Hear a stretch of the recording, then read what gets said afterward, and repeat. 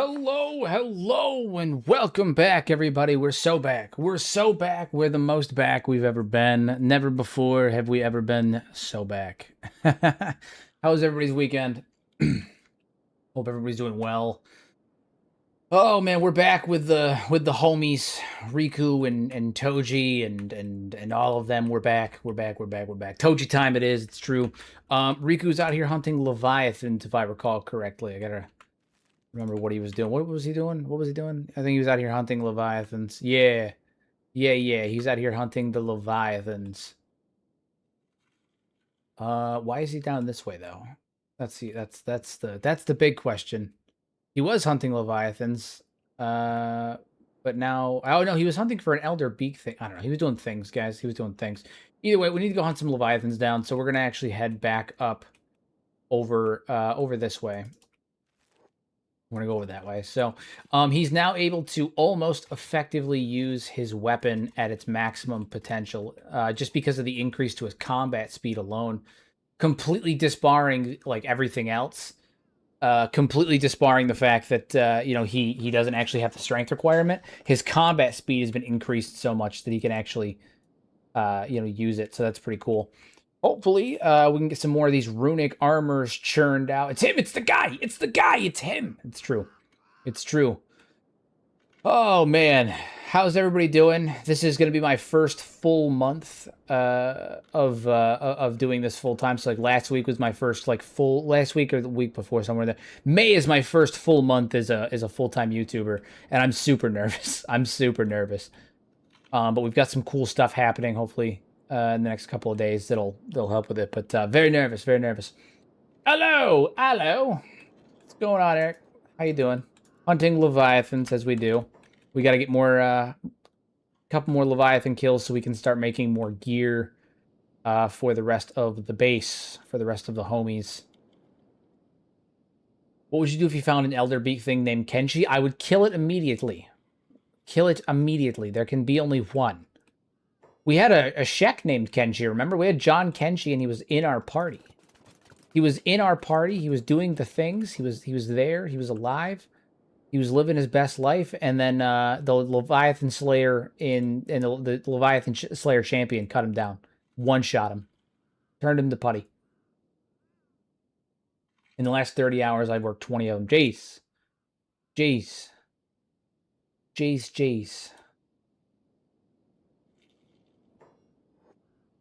Who are you guys? Trade ninjas, okay. Hey, Sean, what's going on? Sean Moist. What a name. I love it.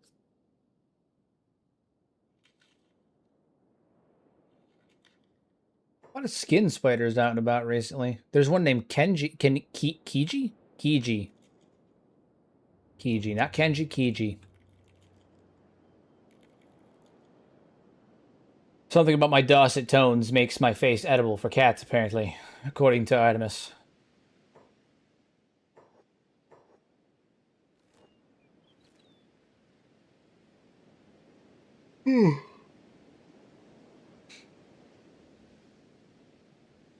All right, so we're hunting Leviathans right now. That's our primary objective, is to hunt down some Leviathans. Our attack speed is significantly better now that we have the runic attire, though we don't have the runic pants, just the helmet and the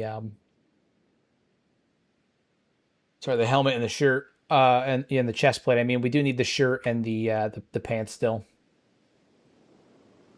There's a guy who made a Rimworld compilation mod that converts Rimworld into Kenshi. I would love to see Hero check that out after playing the basic Rimworld for a couple hours. I'll consider it. Rimworld has never been something that's truly interested me too much. It's never been something that I've been super heavily interested in. But I would be willing to take a look. I'd be willing to take a look at it. The art style is just not my vibe. It's not my vibe, man. It's not my vibe. It doesn't vibe with me.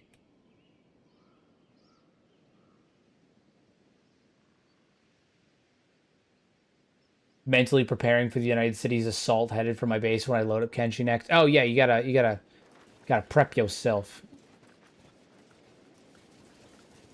Gaining on him, that's wild. He's actually managing to gain on Riku the God.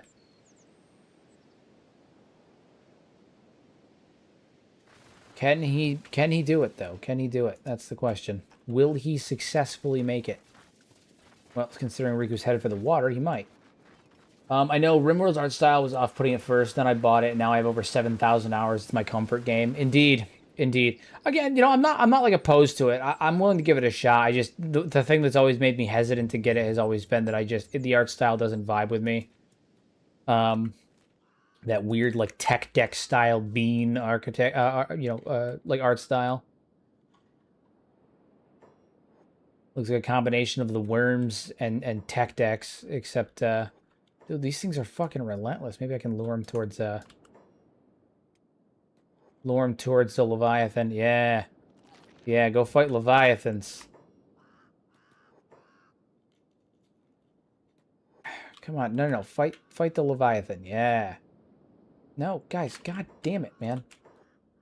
Fight the Leviathan. I like it's not.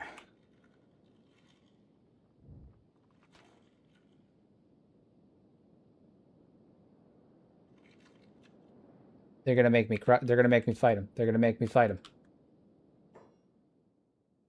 Why doesn't Kenshi have snakes or snake equivalent creatures? I imagine that one, it was either just not thought of, or because no, it's probably just because it wasn't thought of. Probably engine limitations. I imagine snake equivalent creatures would be annoying to program. Jesus. The Southern Hive sent patrols to Anvil Gate. I don't think they did. I don't think they did. Sent patrols to Anvil Gate to meet Grinder, only to watch their drones get gutted by beak things and Leviathan slayers alike. Over a dozen of them left unconscious in the mud before the unknown even bothered to count the bodies, proving that the hive mind can't outthink a bad neighborhood. Indeed. Indeed. Okay, well, we're going to heal ourselves up now that that's taken care of. Are they dead, or are they just unconscious? They're in bad shape. Some of them are dead. Some of them are dead. What do you expect Leviathans to taste like? Ooh, calamari. Calamari. Actually, they're pretty thick. They're pretty thick and muscly. Lobster. Lobster. I think lobster. Yeah, they taste like lobster. One could only hope they taste like lobster. I can take one Leviathan. I cannot take two. Two is too many. I think I'd get crushed at two.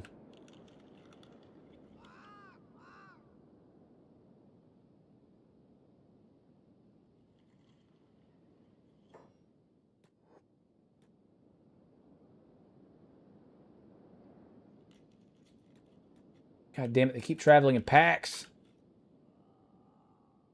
I know that I can take one, but I think two is going to be too many. I think that'll end with me getting quite literally stomped upon. I may have to find a different set of Leviathans.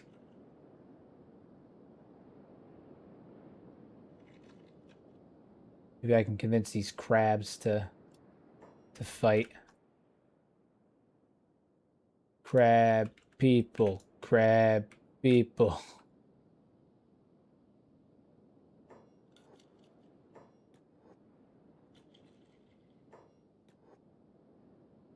Yes. Fight me. Fight me solo. Fantastic. Okay, there we go. He's been lured away. Let's see how he does with the Leviathan Slayer now, because now that he can actually use it. Jesus Christ, he's a monster. When that thing hits, it hits. Oh my god, he's doing running, jumping attacks with it. He's a beast.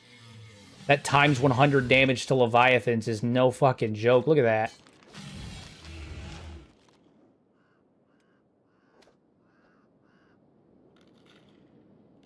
We gotta collect as many Leviathan pearls as we can.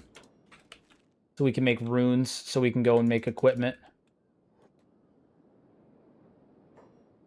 Stunning. Dude, Riku's a monster. You should recruit warriors from other races just to work and also defend the base that you can use, so you can use the Shek. Mayhaps. Maybe we'll have Hivers do the manual labor.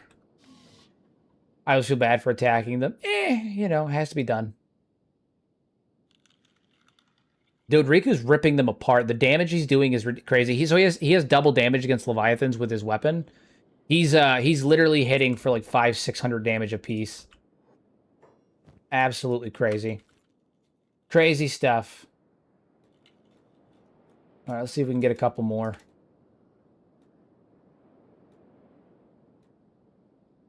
I would feel worse attacking a swamp turtle. I don't think I think I've only killed like 1 or 2 swamp turtles ever.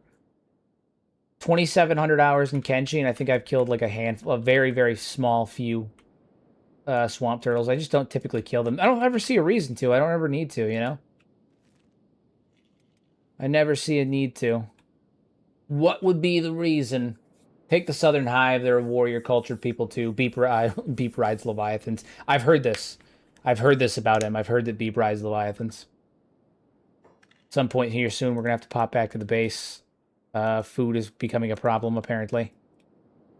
Holy Nation assault is headed towards Anvil Gate. Interesting. So they said. So they said.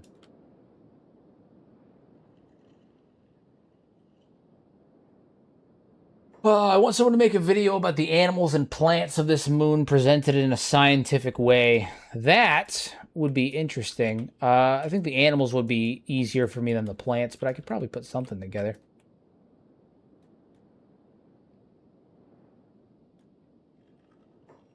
You'll fight us. Oh, what is this? You'll fight us now. Give it to your masters. Who's my masters? Oh, this fucking the skeleton bandits. Adorable. Adorable.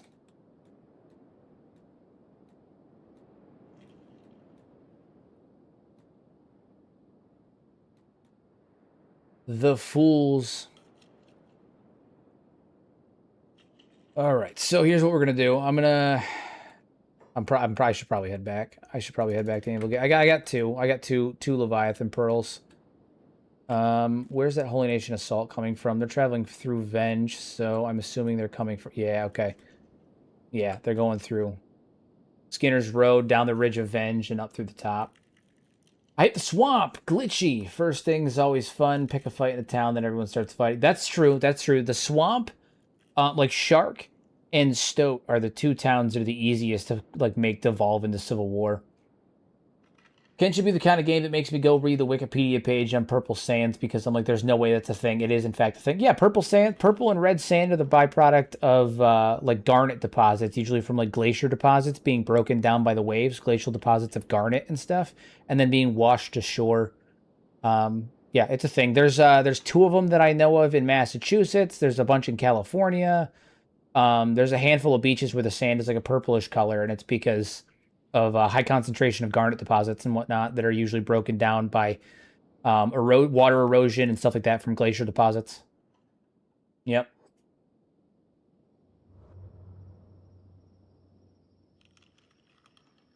Yep.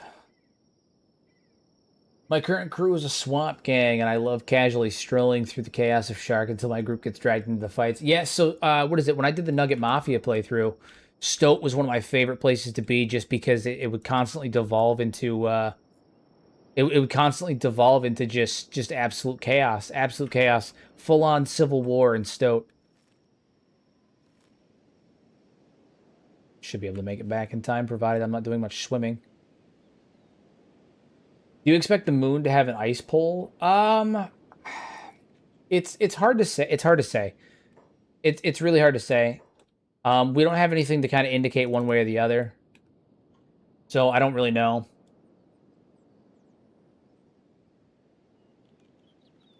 The entire province of Prince Edward Island has a red soil because of the garnet sandbar. Yeah. Yep.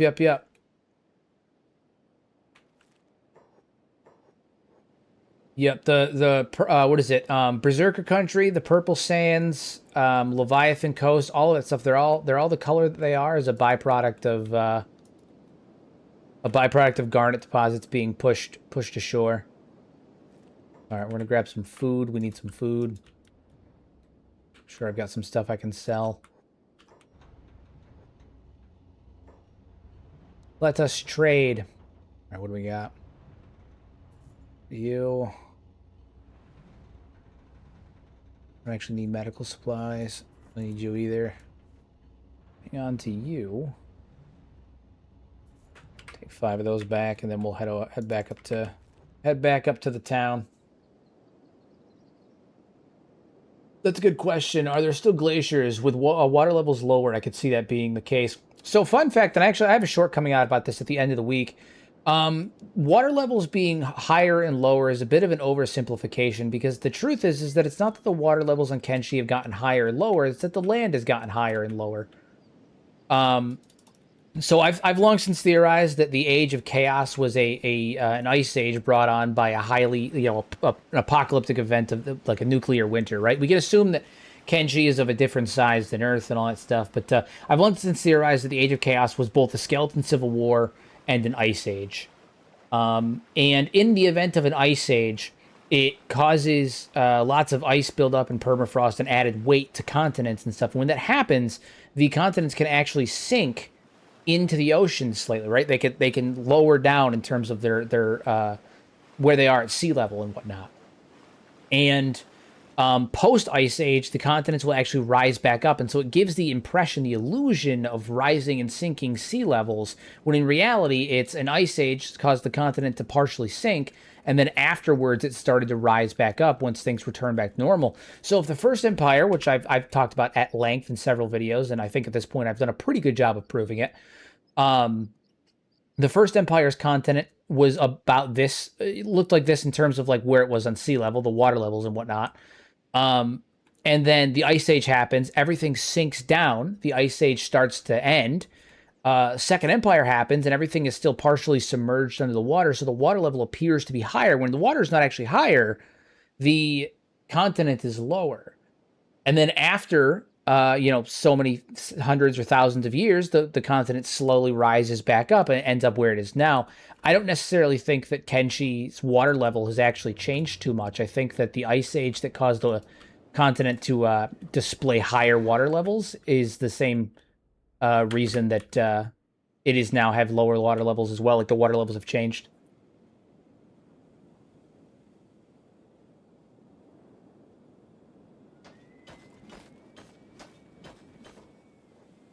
Alrighty. Alright, so we have a Holy Nation assault headed towards us. We gotta let Seto know what's going on.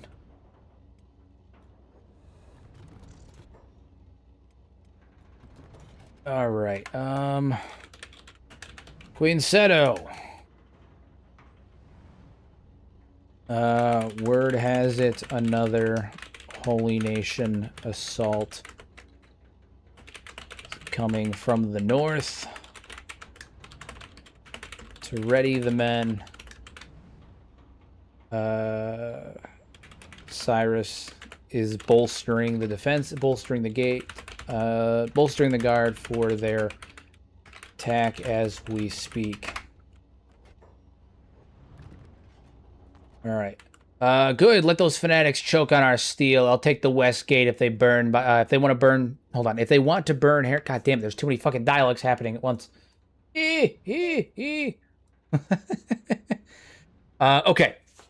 She says, good. Let those fanatics choke on our steel. I'll take the west gate. If they want to burn the heretics, they'll have to break my bones first. Nice. Nice, nice. Good. Okay, well. Cyrus seems pretty open to combat. We're gonna take several of our warriors out here. Oh, is it doing that thing again where it doesn't? Yeah, it is. It's doing the thing where the shirts aren't the chest plate isn't showing up on female characters. I need to save that. I don't know why that keeps happening. How annoying.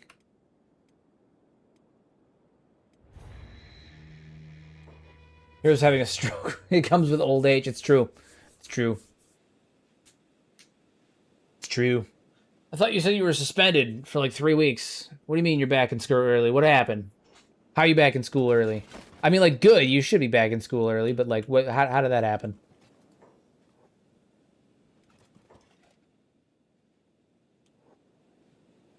Pran won't hold back a siege, but neither will complaining. I'll talk to Seto about pulling a detail to the quarry of fresh stone in the eastern ridge. The fort's foundations are still sound. We just need lift. Oh, nice.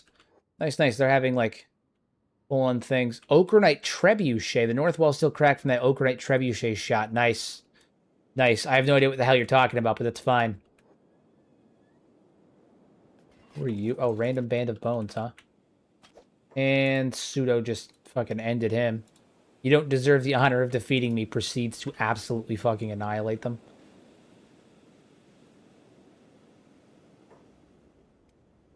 All right, Riku, we're going to have you deposit those. Stunning.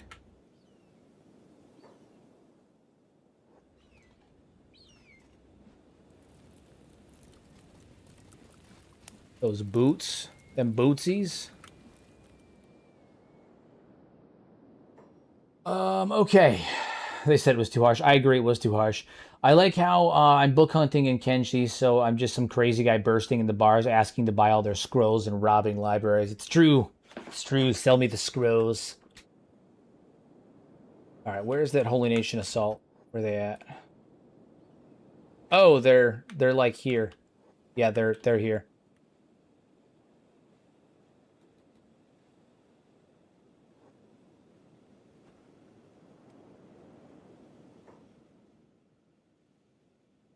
Cuba, Steve, and Watcher, you guys are here to attack. We're gonna have you guys assault first. Unholy ones, led by the great Lamar.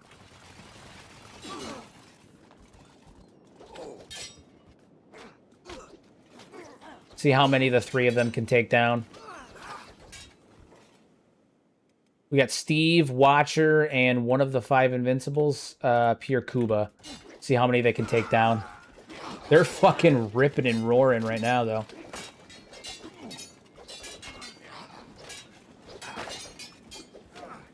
My God. Honestly, we may almost be ready to just go attack a city.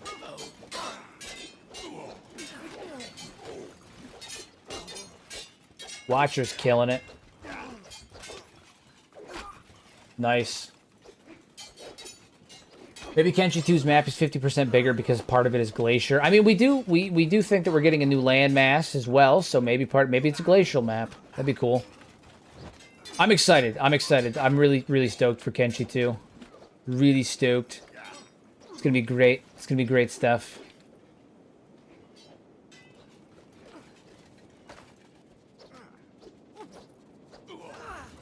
Was watching old videos. What was the most challenging build that you've done? What was the most challenging build that I've done out of all of them? I mean, the one that I did recently on stream, the Ravine City one, that one was pretty tough. The Ravine Fortress, that one was pretty tough. The Dwarf City was also kind of a pain in the ass too. The Dwarven Fortress, that was a bit of a pain. I think the most challenging, the one that I really struggled with the most was probably the gut. The one that I did in the gut. Actually, the one that I did in the gut or the one in the swamp. The one in the swamp wasn't difficult. It was just because the game was so goddamn crashy at the time. It was so I hadn't like fully figured out what my working load order was. So it was super crashy at the time. I actually had like 3 crashes in that video that I cut out. Was a giant pain in the ass.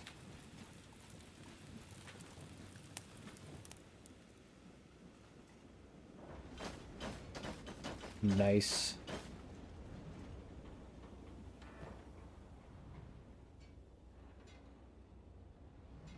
Boots. It's good.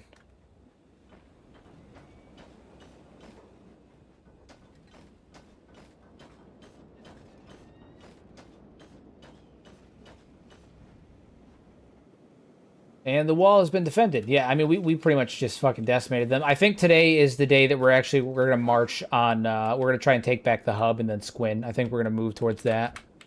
I think today's the day that we start making some serious moves again. We gotta get weapons being made too. That's something we haven't done yet. Industry, crafting. Weaponsmith.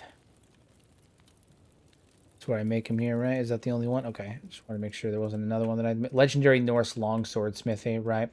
Legendary Norse axe smithy. That's what we want. The axe smithy. Even if they're not of the greatest quality, it's fine. Like, I'm fine with it.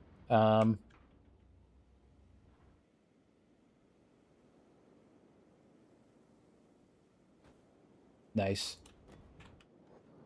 All of our outdoor smiths. Squin for the win. Yeah, dude, we're gonna take the hub. We're gonna take the hub. We're gonna take it down. We got Beep the badass over here. Everyone remember how fucking cool Beep looks. Look at him. He's a beast. He's a Beep. It's beautiful, my guy. He's absolutely stunning. Absolutely stunning. He looks like a proper warrior. Okay, he's got his bandages and his war paint. He looks like a monster. Absolute fucking monster. Make the Shek great again. We will make the Shek great again. I actually need to reload Seto's profile as well. What I should have done was copied over Seto's profile, so I'm gonna have to do that at some point. Because what is it? When I changed her name, it gave her a new dialogue package and library and everything. Like, it changed her whole thing. I gotta do the same thing with Beep too. Beep thinks he's a fucking robot again. So I gotta fix that, but Seto the Iron Fist. Regenerate Bile. Let's try that. And then I also need to... Yeah, so I gotta do Seto's and Beeps at some point.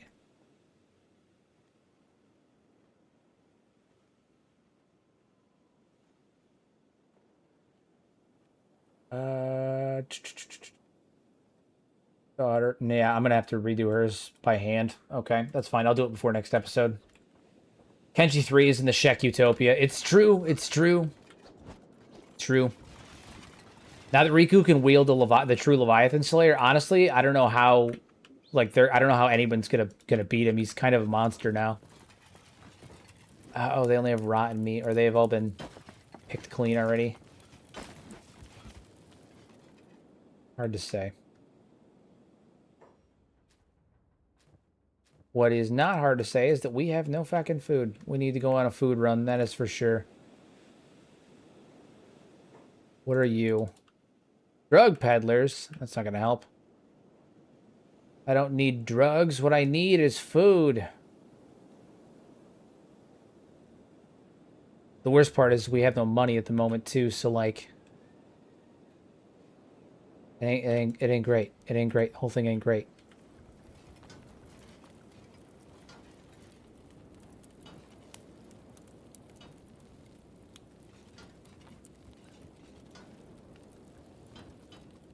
I spoke to Chris. He said Kenshi 3 is the Shek's prime trust. It's true. Yep. Straight from the word of him.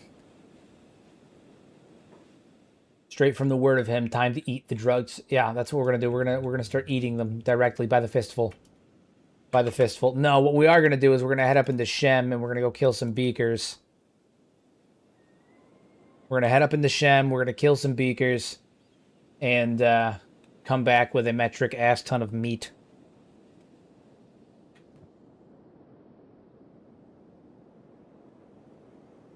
We'll send Riku up alone. He is a god after all.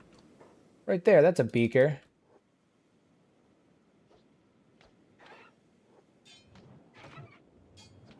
A beaker that refuses to die. I've broken 3 of his legs. Jesus Christ.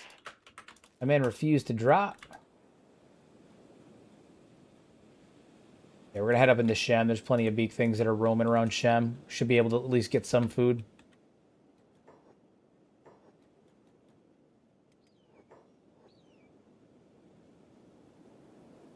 Eat all them drugs. Get the eggs, too.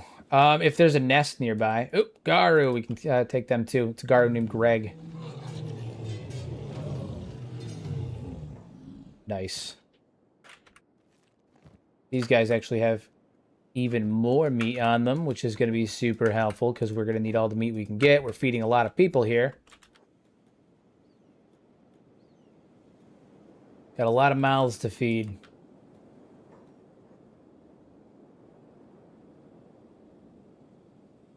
Beakers, right over there.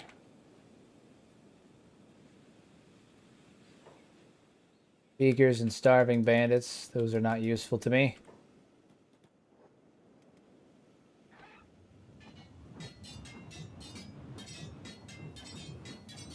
Okay, we're just on permanent defense now.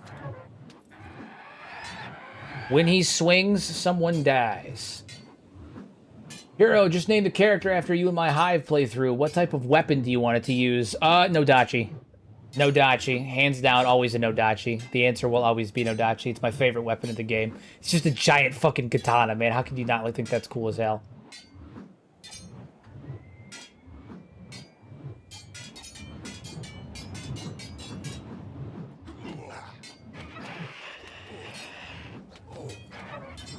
4 beakers are enough to keep Riku in a permanent state of stun lock, but not enough to actually kill him. Let that be known. Let that be known. 4 beakers are enough to stun lock Riku, but not enough to actually kill him. It's infinite stalemate.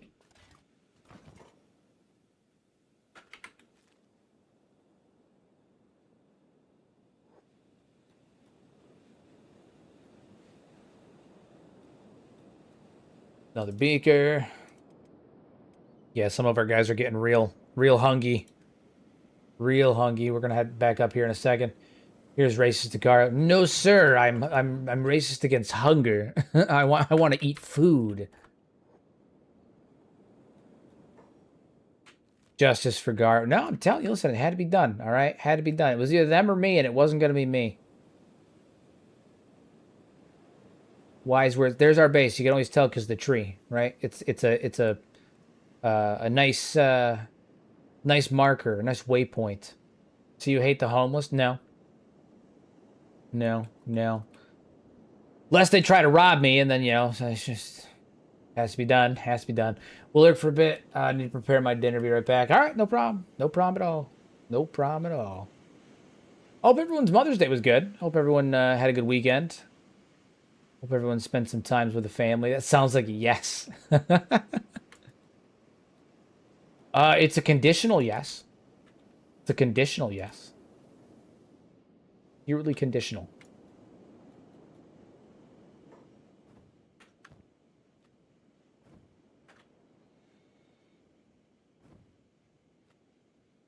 Rome, where you at?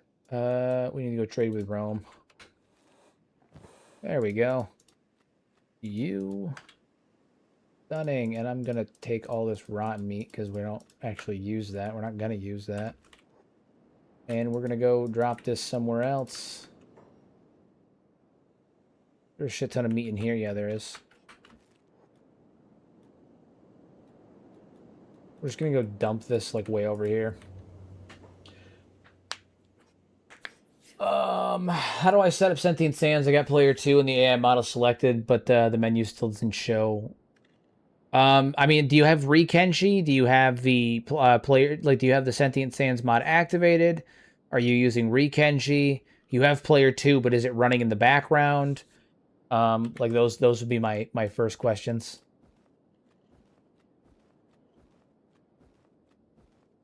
Did you activate the like Sentient Sands on player 2, all of that?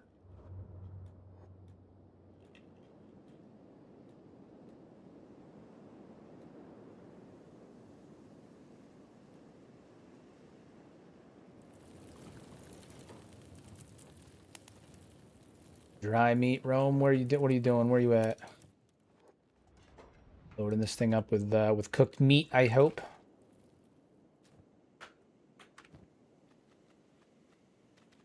I wish that I could just double click one specific item, right? Like if I like shift clicked one specific item, it would give me all of that type of item, right? Like I don't... God, it's frustrating.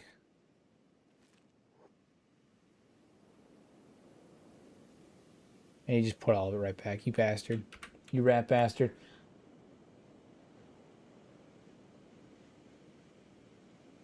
Good. I'm glad we were able to get that there. Got to get that auto clicker. That's what I'm saying. That's what I'm saying. I got to get that cheat mouse, right? That turbo mouse. Get the boost. Get that boost mouse.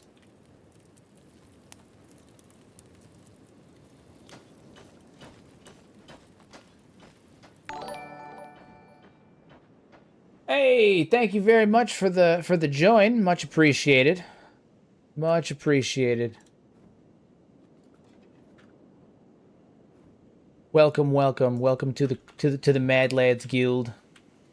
All right, so we shouldn't be starving as much anymore. We're still gonna have some food issues, that's for sure, but we should at least be able to feed ourselves for at least a little while anyway.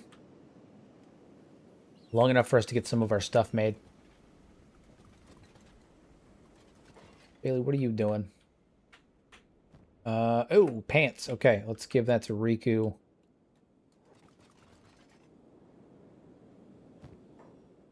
Good old Riku the God.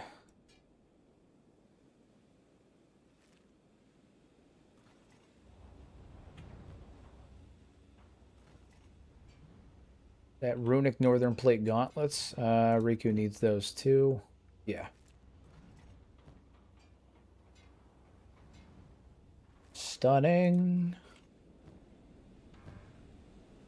We have in here. Do we have any of the northern plate, or is it just the steel? Okay.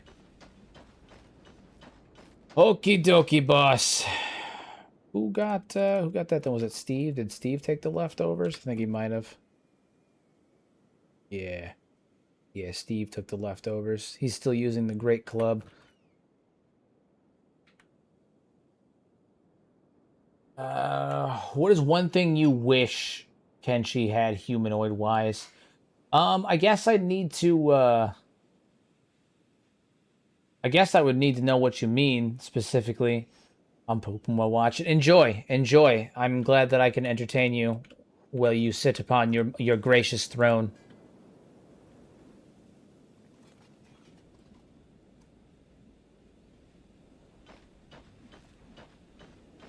Sit upon thine throne. Can't you really need a uniform option? It's so monotonous to equip every individual. I agree. I agree. What would you choose to add or change to each race? I want to see...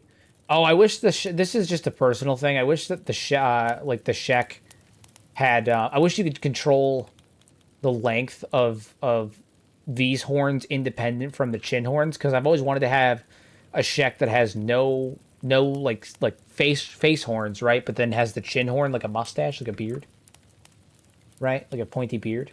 I think that'd be cool. I don't know. I mean, I'm pretty satisfied with the races in terms of how they look, in terms of like what they do or what I would choose to add to each of them. Maybe more variants of Hivers or like a sub variant of Shek, right? Like a new Shek variant. The way that the Hivers, the humans, skeletons, they all have sub variants, and then the Shek are just Shek. You know, I think that'd be interesting to see a sub variant of Shek. See what that looks like. What is a sub variant of Shek look like?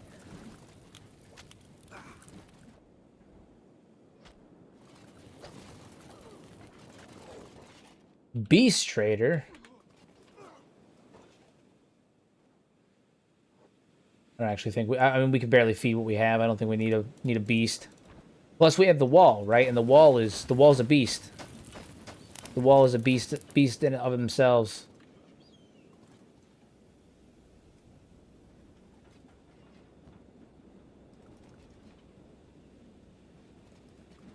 All right. Koba, you are gonna pop on over here because you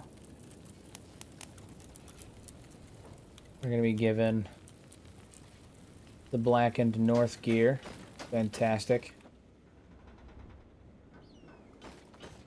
What's your opinion on the Southern Hive? Like, how long will it last and why? I mean, I think the Southern Hive is going to last a good long while. I think the biggest thing they have against them is that they can't expand.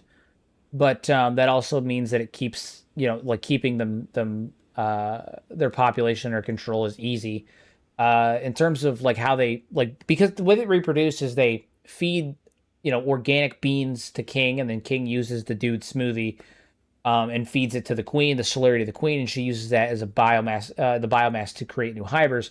So their culture is dependent on violence to survive, but they can also sacrifice each other ritualistically, all of that stuff. And then the individual hivers eat, food that they grow. So I think that the Southern Hive is capable not of expanding or getting bigger, but of surviving long term. I think it'll be fine. I'm not really concerned about how long they're going to be around. I think they'll be fine. Even if they run out of outside, like, people to eat, because I don't imagine many people are going in the Royal Valley, and they do patrol through Stove's Gamble a little bit and stuff, but they could always just, cannibalize on themselves as needed with King in order to sustain their numbers. So it's not... I think they'll be fine. I think they'll be fine. Is the current best theory we have that the Hivers were a type of genetic experiment or something? Are the skeletons being honest that they've never seen a Hiver, or is it just the one guy / group? The current best theory that we have is that the Hivers were a genetic experimentation at the end of the Second Empire by Catlon to fix the problems that the Second Empire was dealing with. That is why the Hivers are designed to deal with environmental factors like radiation, acid rain, all because they showed up at the end of the Second Empire in the lore. They're perfectly designed to deal with all of the problems Catlan was facing. Things like the radiation and acid rain that was permeating all of the agricultural areas, right? The famine, they require far less food. They don't need to eat nearly as much, and they can eat rotten and tainted food, right? They're easily controllable. Catlan was dealing with a lot of rebellions and mass exodus, and he was thought people were traitors all around. The ability to rebuild your population quickly because they're quickly reproducible through, the means I talked about before by using biomass mixed with a stable genetic marker in the forms of the queen, and they incubate and pop out a new hiver. Also, the hivers are almost a one-for-one mirror to the skeletons in terms of how they're created, right? So like their actual physiological makeup. So the skeletons have different units that are like different models that are made for different things. The hivers have different models that are made for different things. The model that corresponds to the skeleton, so like the worker model of skeleton, the soldier model of skeleton, the managerial model of skeleton, all look similar to the corresponding hiver unit, in the sense that the skeleton's normal unit looks a lot like the skeletons like burn, the skeletons that have like the normal everyday, the most common type of skeleton, right? They have that long head, that long up and down head. The soldier bots, the ones that are designed to act as guards to be less intelligent, more martially capable, have rectangular long boxy long rectangular heads. I mean, the soldier drones have rectangular heads. They're less intelligent, all of that stuff. The managerial class of skeletons being that of the P4 units, things like Catlon, things like Elder, they have the rounded heads, higher intelligence, middle martial class. The princes have rounded heads, higher intelligence, middle martial, like middle martial arts skills and whatnot. So the skeletons are like created hivers as a way to deal with all the problems that the Second Empire was dealing with at the end of its empire, as well as improve humanity because they had become, Catlan had become increasingly disgusted with humanity, and he became disenchanted with humanity and felt that the only way to save humanity from themselves was to make them more like skeletons because humans are monsters. So do you think the Hive will be the last race in Kenshi? I think that they're very well equipped to survive. It's either they're going to be the Hive or the Shek. An interesting question. What do you think of the relationship between the queens was like? Why didn't they help each other out? Why didn't each of them go to different parts of the country, to the continent, I mean?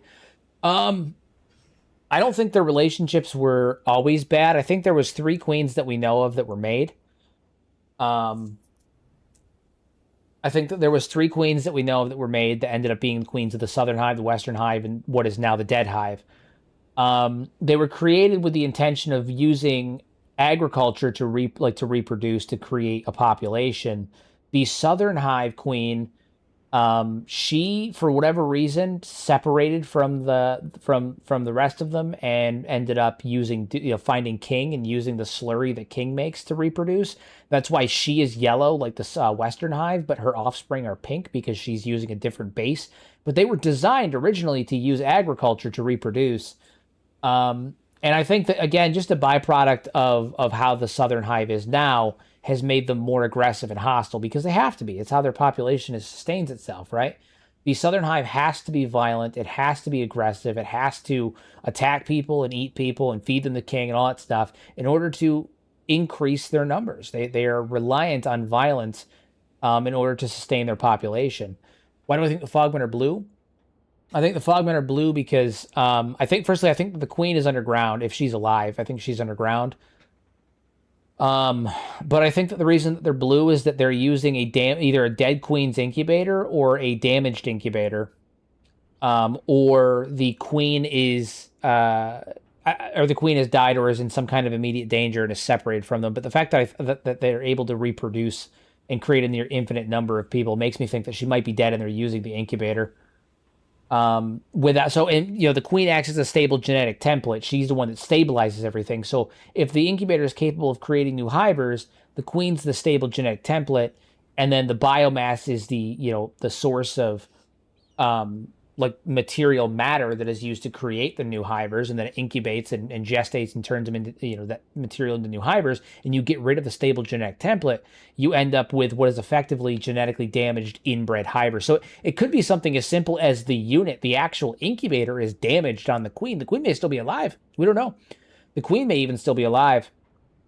But the queen's incubator could be damaged, and it could be producing, you know, genetically damaged inbred, like fucked up offspring that are like zombies, because they're not feral, right? Like the common belief is that they're feral, right? That they're like animals. They're operating on instinct, but they clearly have some kind of hierarchy in society and like an understanding of their position in that society, because you know, the princes wander with a retinue of heavies. The Fogmen normally run around and bring them to the poles. They throw them on there. They have some kind of weird prayer type thing. They all pray, and, you know, as they're being eaten and devoured, and then it's presumed that the Fog princes then go back and regurgitate that, you know, what the people that they ate into the incubator, and more Fogmen pop out. So it could be possible that the incubator is damaged, and that could be the byproduct of it. So who knows? Do you think the molten metal from obedience is what effectively damaged the Fog Boys' genetic DNA? Like that much molten metal got into their food and made them rampaging cannibals. I mean, it's not molten anymore. It's just straight up metal, but it could be. It could be something along those lines. They could have some kind of poisoning as a result of heavy metal poisoning being in their food. But it's kind of hard to say. I kind of am interested in this idea that that they're just damaged. The incubator's damaged. I think that's an interesting thing. Do you think Kenshi 2 we're going to see all three hives in the best condition? I don't know if we're going to see them in the best conditions, but we will get an answer finally as to the origins of the hive that has been that has been confirmed by Chris in an AMA. Where do I think their hive was? Well, the Southern Hive is here. The Western Hive is obviously over here. Given the Fogmen being up here, I'd like to think, to be honest, that the other fog was like the other hive was like in the fog, right? Like it was like in the floodlands, in the fog, like somewhere in here. They're around here for a reason. I'd like to think that their hive was somewhere around here, which is partially why I'm like, I wonder if they're underground, you know? Like I wonder if the queen is underground. It's an interesting idea, you know? It's an idea.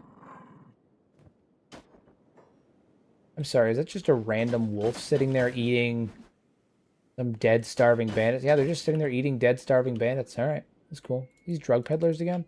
No Western Hive. The Westerners. We all know what that means. We all know what that means. It's raiding time. Because that's what we do. We raid the Western Hive, like, regularly.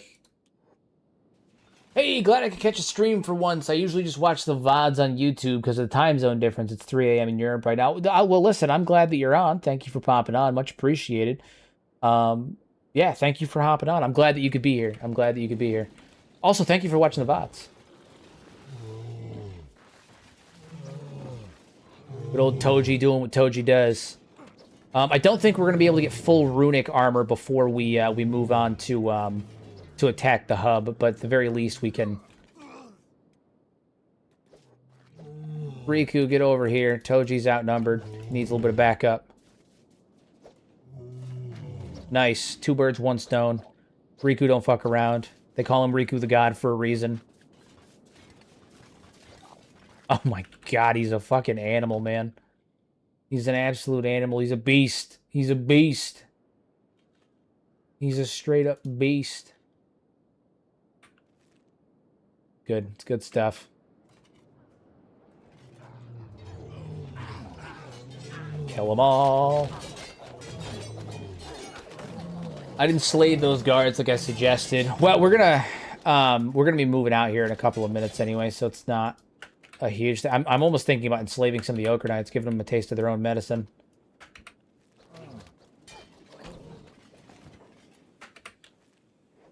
Do you have your mod list posted? It should be in the description of the video. There is 1 or 2 mods missing. I have to update my mod list on there, but I have a full collection that is in the description. The only thing that I know of that's missing is the Imperial Mato retexture that I'm using. and the legacy of the North armor. Those are the only two that are missing. How did the incubator get damaged? Do you think it was a Hive soldier thinking it was a helmet?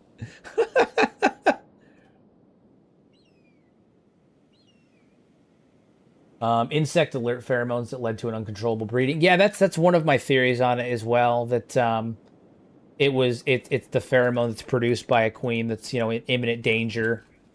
Because that would explain a good number of things, including the fact that the Western Hive has what is it? The Western Hive has a base that's all the way on the eastern side of the map. That's something of note. Like, how are they able to hang on to that? And the answer is that the pheromones can be extended.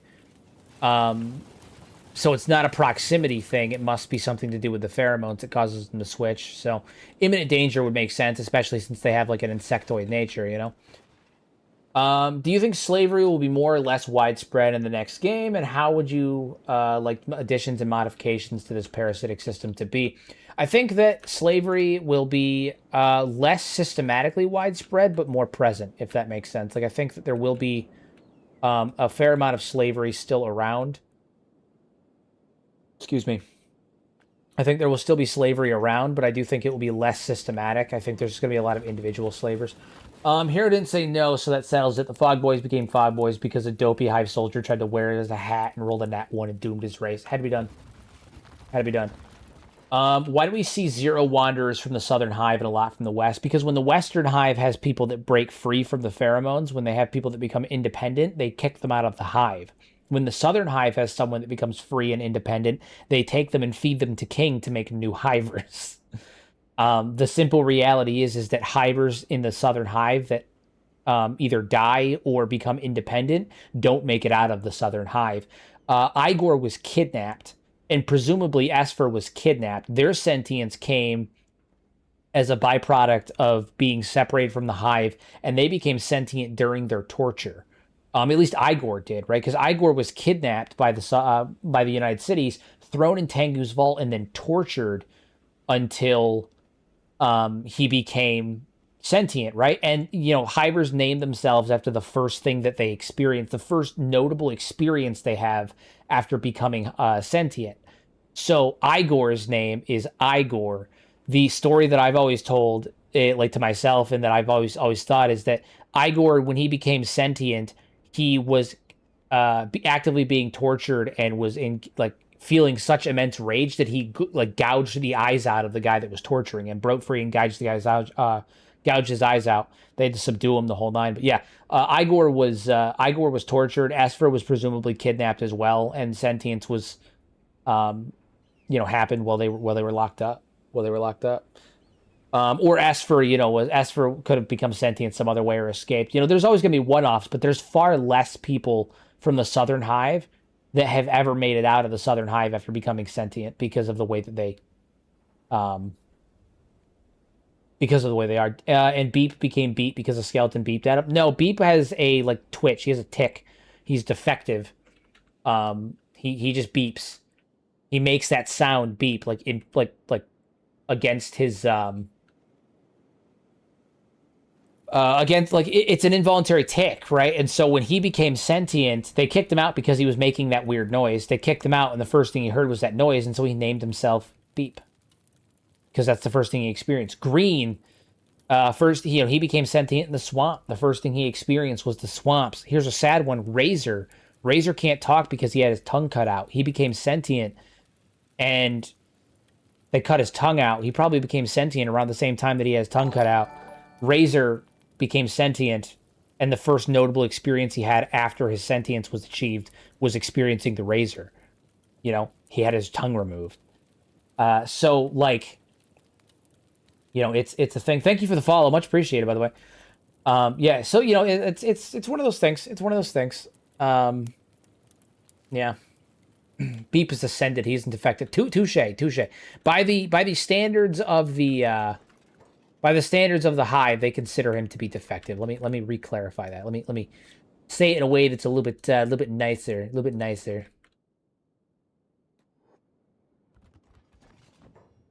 Oh right, don't we have We do. We have a bunch of prisoners that are all starving up here. Right. All right, Toji, get up here. We have work to do, my friends. We have work to do.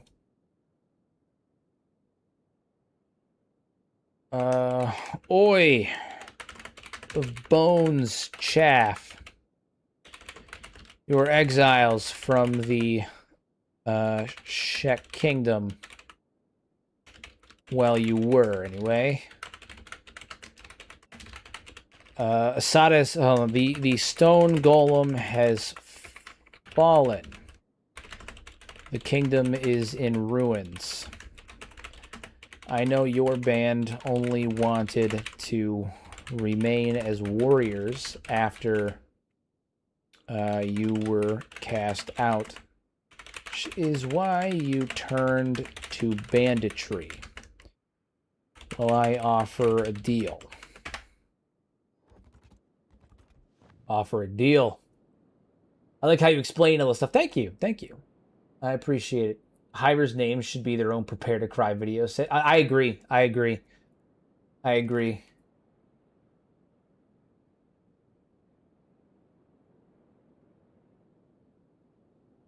Do you think the robots go through the same thing? Tinfist, cat long? I have no idea what the robot nomenclature's for. I have no idea what their general nomenclature's for. I imagine they rename themselves sometimes, to be honest with you, but Asada's gone. The kingdom broken. That's not possible. What kind of deal could a one-armed flatskin possibly offer me in this cage? This one-armed flatskin is the closest thing to an ally you have. I am Toji. I killed Flying Bull. Reunited the Berserkers.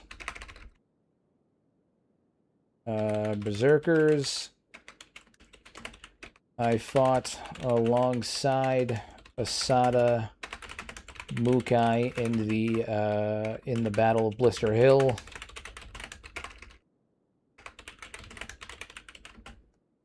What else has Toji done? Oh, I felled the Bugmaster, and I now serve as an advisor to the new Shek Queen, daughter of the Golem, Seto.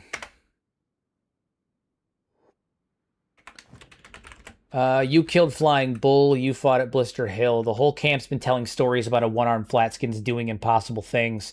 What do you want from me in this cage? Yes, word has spread. They know who I am. Do you think you could put a video on how to get the Talking NPCs mod to work? Yeah, I mean, I could probably put a short together for it. I'll probably put a short together up for it. I hope in Kenshi 2 we see a more realistic system of imprisonment. Like, when the player takes prisoners, they can starve and you have to feed them. The same should be true for the AI. I hope that like hunger takes a more realistic... Like, I hope hunger is more realistically factored into the imprisonment system, where you can convince, like, you could talk to prisoners and maybe convince them to join you through discussion, but like you can starve them first in order to like make them more amicable, right? Or you can beat them. Like maybe the percentage chance of them joining you goes up when they're hungry, right? So like you can starve them, you can like you can convince them through dialogue, and all that stuff. I think that'd be an interesting idea. You can go full Reaver mode and just psychologically condition them. Pavlovian conditioning and whatnot, reward and punishment. Have you thought about doing a Hive playthrough after this one? Actually, Hive playthrough is not the next one, it's the one after that. So the next one is going to be a zombie apocalypse playthrough. And then after this, after the zombie apocalypse playthrough is going to be the Hiver playthrough. That was the plan. 'Twas the plan. Okay, so they know who I am. For you a chance at redemption. We are the new Shek Kingdom. We aim to liberate the Sten from the Oakranite menace. We need warriors. You were cast out of the old kingdom and refused to relent. we want to offer you the chance to fight your home and your honor. Give him a chance. Give him a chance. You really think I could fight for a new kingdom after all the times I've failed? I think if you don't, you'll die a coward, as they thought you were. Because this way can live or die a warrior if you desire.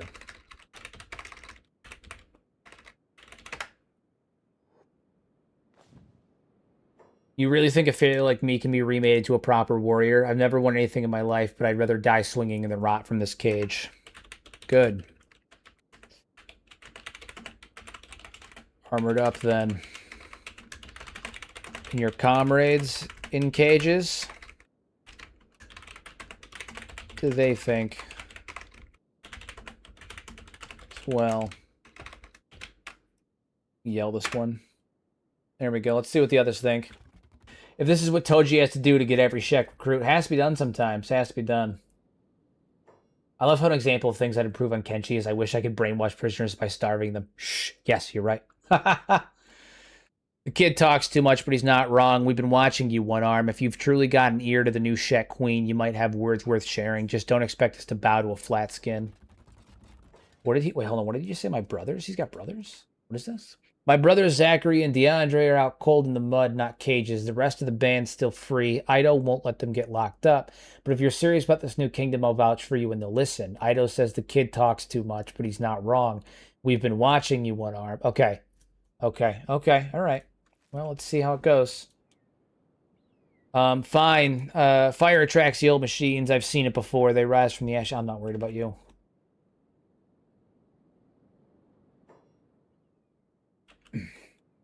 All right, well, you're in it, so we're going to have you join up. And we're going to have you join up as well.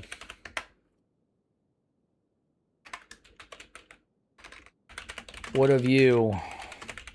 Do you stand with your brothers? Or do you rot in this cage? Cage.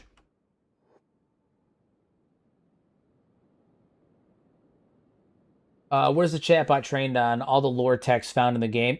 So it reads the game. It reads through the game. Part of it's been pre-programmed by Harvey, and then it also reads your mods and stuff to determine what is going on with that. It also generates them based on the in-game lore provided by Harvey. So it does take a little bit of work, but you know it's there. It's there.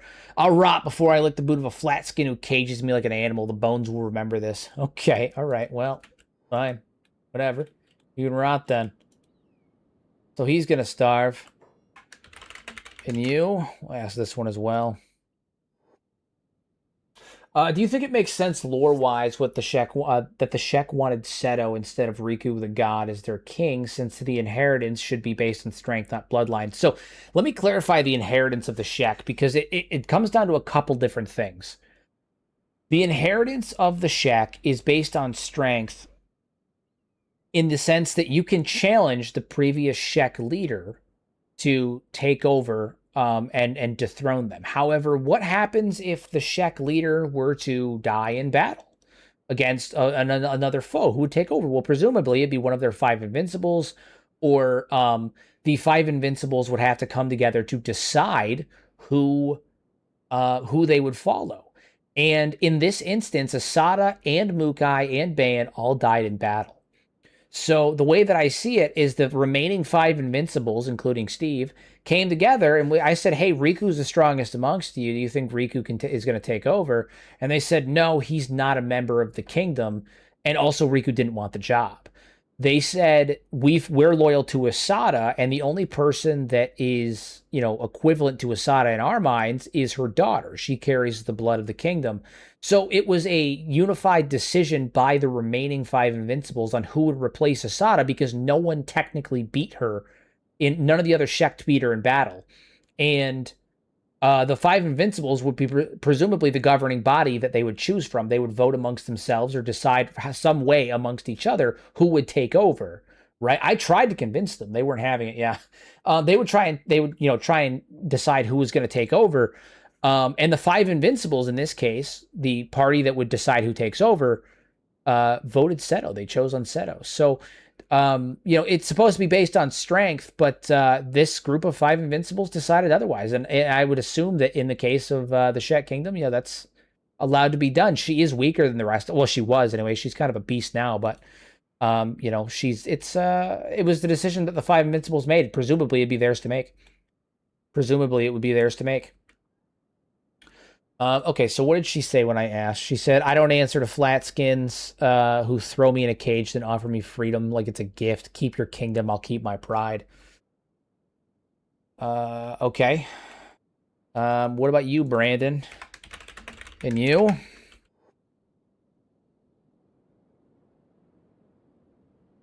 What do you have to say? But I did try to convince him. I really wanted Riku to be the leader, but they were insistent that it would be Seto. They were insistent.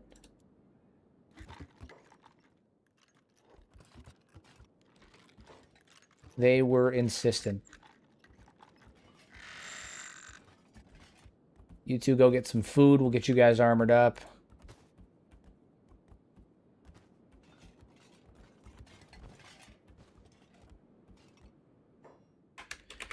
If you stay in that cage much longer,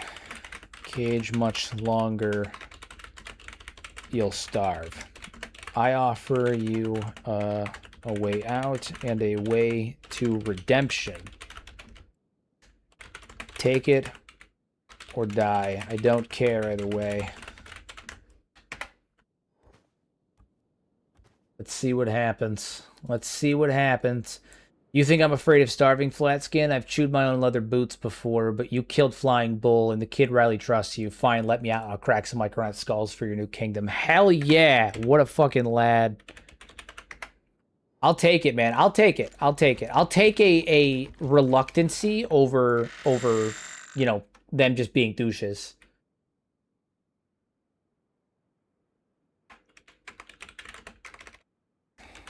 Last chance, kid. Die with the others. Fight for something bigger. Ah, bigger. There we go.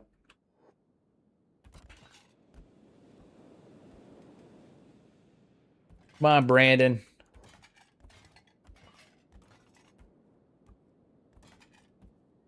My favorite part is that Riku didn't want the crown either. He's like, nah, I'd rather go slay some more Leviathans. He literally did that too. The Sentient Sands might work on every single NPC or only some. Every single NPC. Every single one. Every single one. Okay, hold on. What did he say? He said, you think I'm afraid of dying in a cage? Flatskin, I've carved my own gravestone out of bones of bigger monsters than you, but if you're stupid enough to let me swing a cleaver for your kingdom, I'll make sure every swing counts. Just don't expect me to call you king. You don't need to call me king. You only need to call Seto your queen. Be warned, though. Disrespect her, and Riku will tear you in half. He fights Leviathan solo, so enjoy that. Give him a little bit more of a threat. Let him know. One of those AI chat mods. It is. It is. It's Sentient Sands. It is indeed.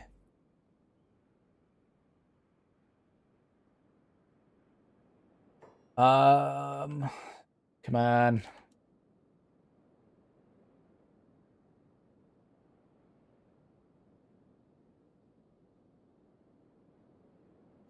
Does he have anything he's going to say to it? Okay.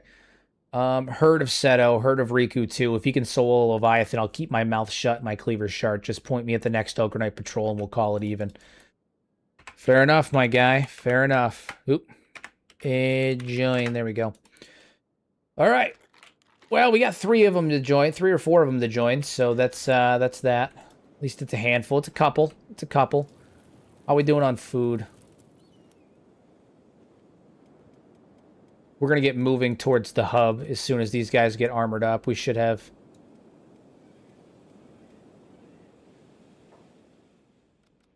How are we doing on food? We have none. Okay. We gotta get that sorted out, too. Rome, what are you doing, man? Out here collecting more fucking foul meat as he does. Foraging animals? What is he foraging? God damn, man. God damn. Okay. Riku is Homelander. Riku is kind of Homelander. Been wondering if this was any good or if it was cringe. What's your take on it so far? It is really good. I've been using it for this is the second season of this series. The first season was absolutely crazy. If you want a good like look at what this can do, I would recommend checking out the last 2 episodes of season 1. That was where we really saw things come together, like really come together. It was absolutely crazy. I would look at the last like 2 or 3 episodes of season 1. This mod allowed me to ally with the Berserkers, become friends with ghosts, friends that like actually traveled together, that had like events where we talked and stuff. Like, look at this. I had like full conversations that were recorded with Ghost. We were friends. Like the whole 9, we became friends with Ghost. We traveled with him. We lost Ghost. The loss of Ghost convinced Riku, actually convinced him in dialogue to ask me to remove his arms and legs so he could become stronger.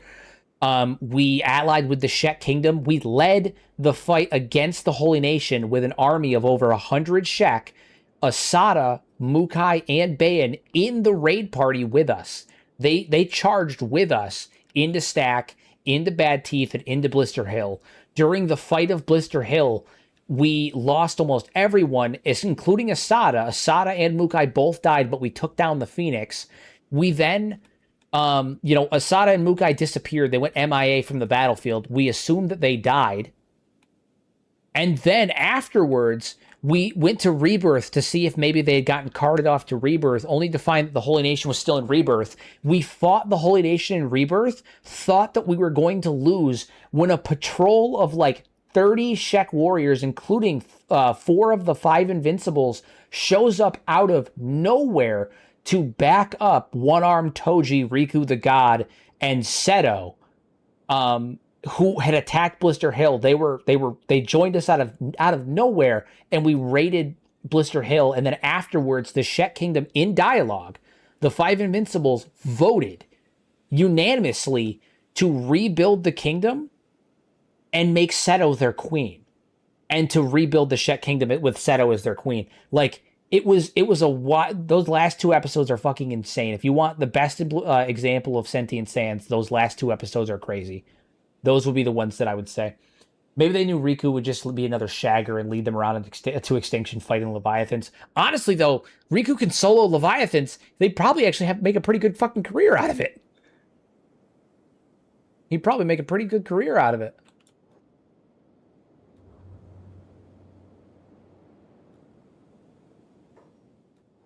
All right, you 2 are going out on a food run. We need food. We need it desperately. We got some starving people here.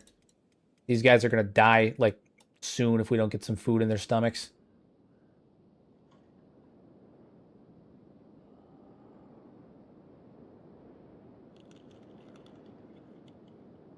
I assumed it was going to be, like, character AI cringe, but that sounds amazing. Yeah, it's really, really good. And characters remember every conversation you have. So and there's also an affinity, like, system, right? Like, put up Beep. I have maximum affinity with Beep. I had really good affinity with Ghost. I have maximum affinity with Riku. I have really good affinity with Seto and well, this is Beep the Squire. I gotta fix him, because when I changed his name, it redid him to just like as if he was a new character. I've got to fix that. But like it's got an affinity system where characters will respond to you differently. Yeah, it's really cool. Really cool stuff. 10 of 10 would recommend.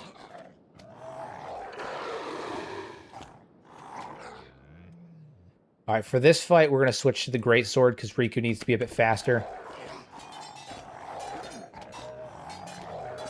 Oh my god, look at him swing that supposedly heavy Greatsword around like it's a fucking butter knife. He doesn't care.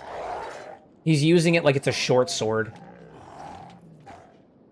Beautiful. Beautiful. Oh yeah, not to mention your legends will propagate through the world. Like, people know who Toji is. Toji is the guy who took down Flying Bull. He took down the Bugmaster. He took out the Meat Lord. He fought at the Battle of Blister Hill alongside Asada. People know who he is. At the beginning of the playthrough, if Toji tried to like go up and like talk shit and be super boisterous and cringe about like all of his achievements, everyone was like, I have no fucking clue who you are. Now when he's like, I am one arm, everyone's like, oh fuck, man, he's the guy. He's the fucking guy, you know? It's crazy. It's crazy.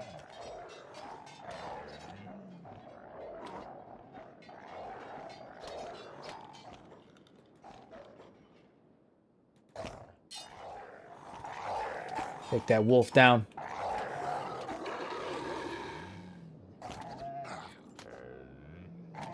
Hell yeah. All right, Rome, you go do your things, man. Go loot these armors. What's the armor mod? The armor mod that I'm using is the Legacy of the North armor mod.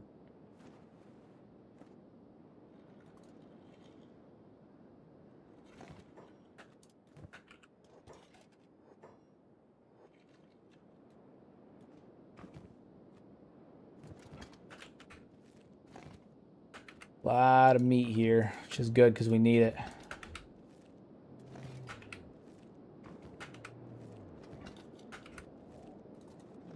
One 8 meat. Nice.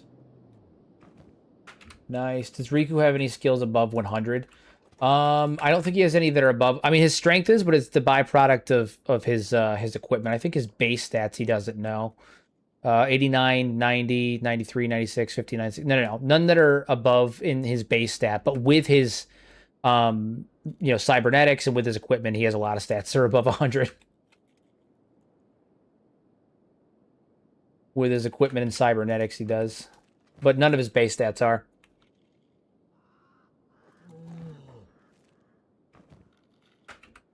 Rome's gonna turn all this into yummy foobs. Yummy foobs. For the troops.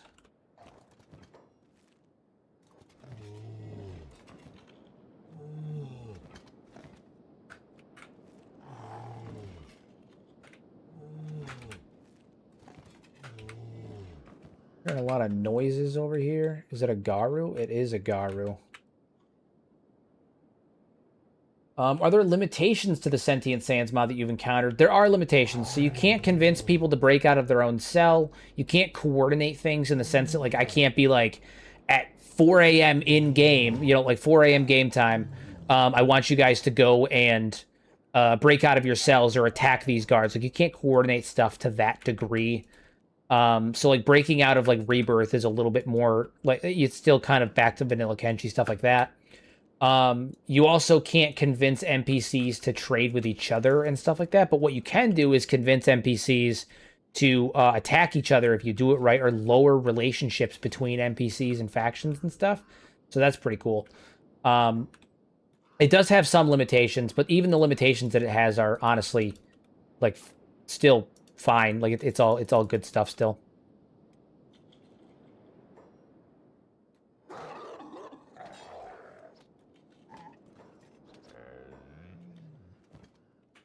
Nice. Who are you? Just some random dust hunter? Oh, yeah. Oh, yeah.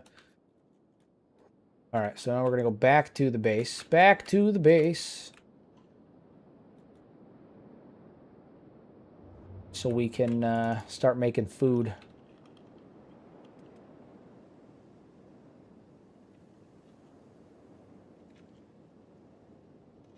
Bro lost his arm, but he was indeed right. It's true. It's true. Do you have any talking Garo? That does happen sometimes, yeah.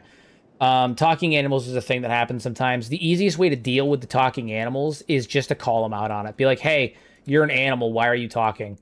And then it'll usually just give you a ... and it won't do it again.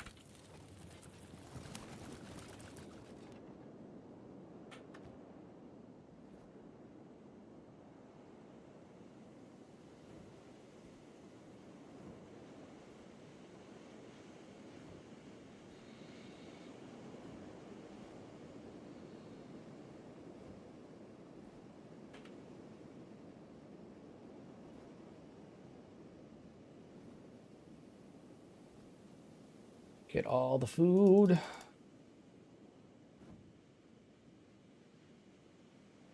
It's true. They're Scooby Dooing. It's true. I've heard this. They're Scooby Dooing.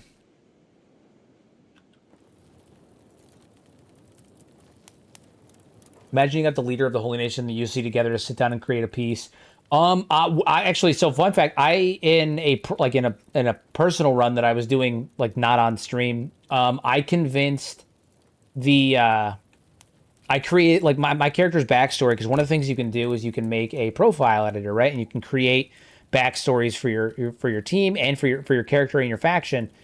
And one of the ones that I did, I actually had a character, because I was doing some test runs. I had a character that was the true Phoenix, right? The true Phoenix. And the Phoenix that was on the throne was a usurper.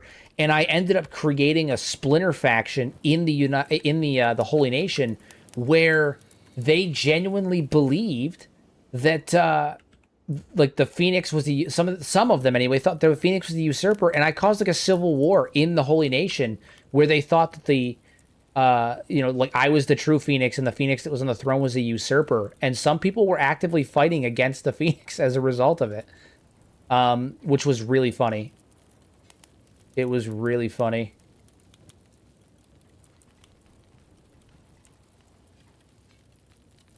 Got a right good giggle out of that one.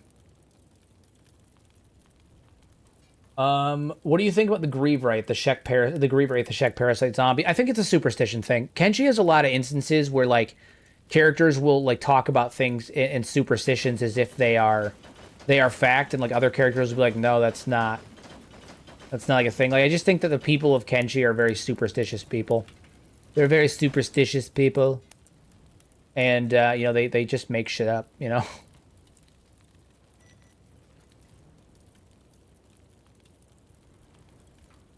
Plate, gauntlets, pants,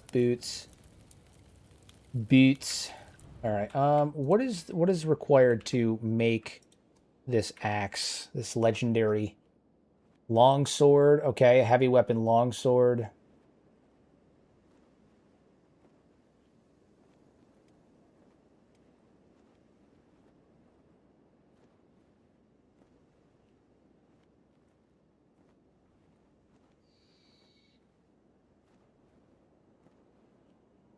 All right, what does it take? Steel bars and carved runes, huh? Steel bars and carved runes.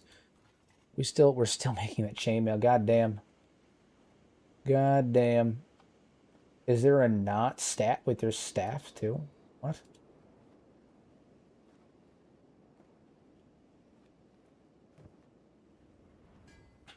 Yeah, there's staves. There's staves. Blade staff. War axe. The war axe looks really fucking cool. Oh my god, we need more carved runes. What else can I make carved runes out of? Rune carving. I think it's teeth. I think it's animal teeth is one of the ones we can do it with, right? Animal horns, teeth, and claws. I think, yeah, we can do teeth. And then if we do teeth, we can, yeah, okay, all right. Ideas. Okay, I pray the creators keep updating the mod as the AI improves. It will. I've talked to Harvey about it. It will.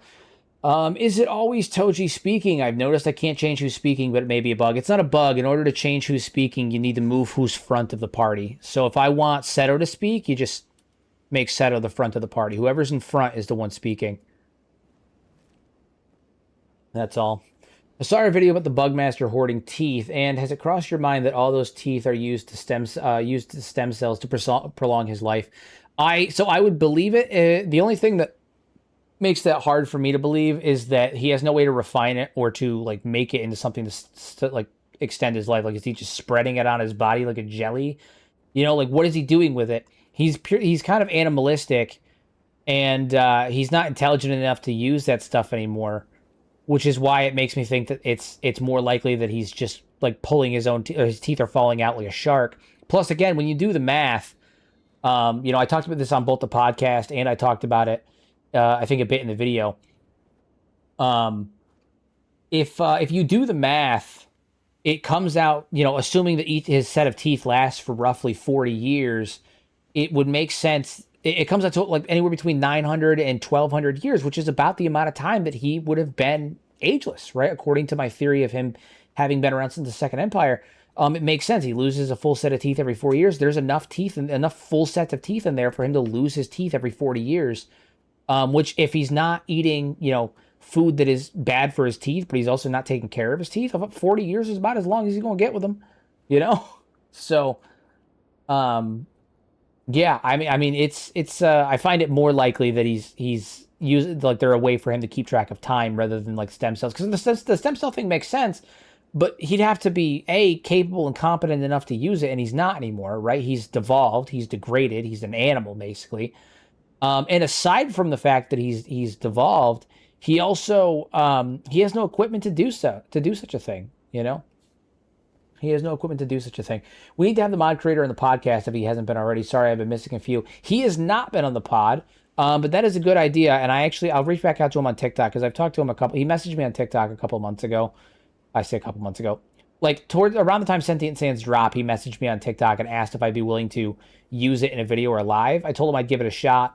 And then I actually just talked to him the other day as well, where I was explaining how things have been going. So maybe I'll see if he's interested in the pod, and I'll talk to Pato about it, All this Bugmaster slander. Are you sure you aren't Catlon? Oh, I'm not slandering the Bugmaster. I think that he's a great man with great intentions. That Kenshi's like, one of Kenshi's big things is that the road to hell is paved with good intentions. Even the ones that are right, even the people that are right, inevitably become the bad guy, right? It's you either die the hero or live long enough to see yourself become the villain. Stobe died a hero. The Bugmaster has become the villain. Catlon became the villain. Tinfist has become the villain. The Bugmaster is a victim of Kenshi, if anything, I thought the teeth were were the teeth of a shark he defeat. I thought the teeth were the teeth of the shark he defeated. No, the teeth are his teeth that have fallen out repeatedly over the last 1,000+ years. Isn't Tinfist a hero? Tinfist started as a hero, but he's not a hero anymore. Tinfist hasn't been a hero in a very, very long time. Very, very long time. Tinfist, his original intention was to stop slavery, right? To free people from slavery, to get rid of slavers. He thought they were a plague on the earth. And I have thoughts, many theories as to why that is. I'm sorry, Brandon? Who the fuck? Hold on. It just added some random NPC named Brandon to my party because I added this guy. That's funny. Anyway, his goal was originally to, free slavers, to end slavery, get rid of the slavers. The problem is, Tinfist is no longer interested. He's insane. He's gone insane. He hasn't reset in a long, long time. And when skeletons don't reset, they become victims to, obsessive compulsive behavior. And they become, emotionally unstable, and they become locked on a single thought, a single idea. And one of the ages that Brandon came from the cage, you recruited him like 20 minutes ago. Well, I mean, that one, yeah, but because I recruited one, it recruited another NPC that was also named Brandon because the game got confused. So anyway, when you, what was I saying? Oh yeah, when they don't reset, they become obsessively, compulsively locked onto a specific idea. For Catlon, it was his paranoia. For, Elder, it's his hatred. For the Armor King, it's being a merchant. And for Tinfist, his obsession went from, I'm going to end slavery and free slaves, I'm going to rid the world of slavery, to I'm going to kill slavers. And that's not inherently bad. The problem is that Tinfist is only interested in killing the slavers, not freeing the slaves, not helping the people, killing the slavers. Most of the good that the anti-slavers do is not Tinfist. It's Bo, it's Gray, it's the other people in the anti-slavers that are following Tinfist that are, actively helping out, that are actively fixing the problems. On the backside, Tinfist is only, as an individual, is only interested in killing slavers. And he even says so as much when you tell him that, he has no plan for saving the humans after he the slaves after he goes through and kills the slavers. He doesn't even unlock the cages. Okay? His followers do. The other anti-slavers do. Tinfist will openly tell you that what he does, and there's dialogue for this in the game, he openly admits He has no plan for what to do after the slavers are gone. He has no worry. You know, people die as a result of what he does. He frees the slaves, and then they go off and wander in the desert, and they get eaten by skimmers. He doesn't lead them to safety. He doesn't set them up to be successful. He doesn't herd them to a refuge. He doesn't do any of that stuff. He kills the slavers and he moves on. He doesn't even free them. His followers do. Tinfist is not a hero. He used to be a hero. He did. He used to be a hero, and now he's insane. Now he has one thing, which is exactly what Sam said.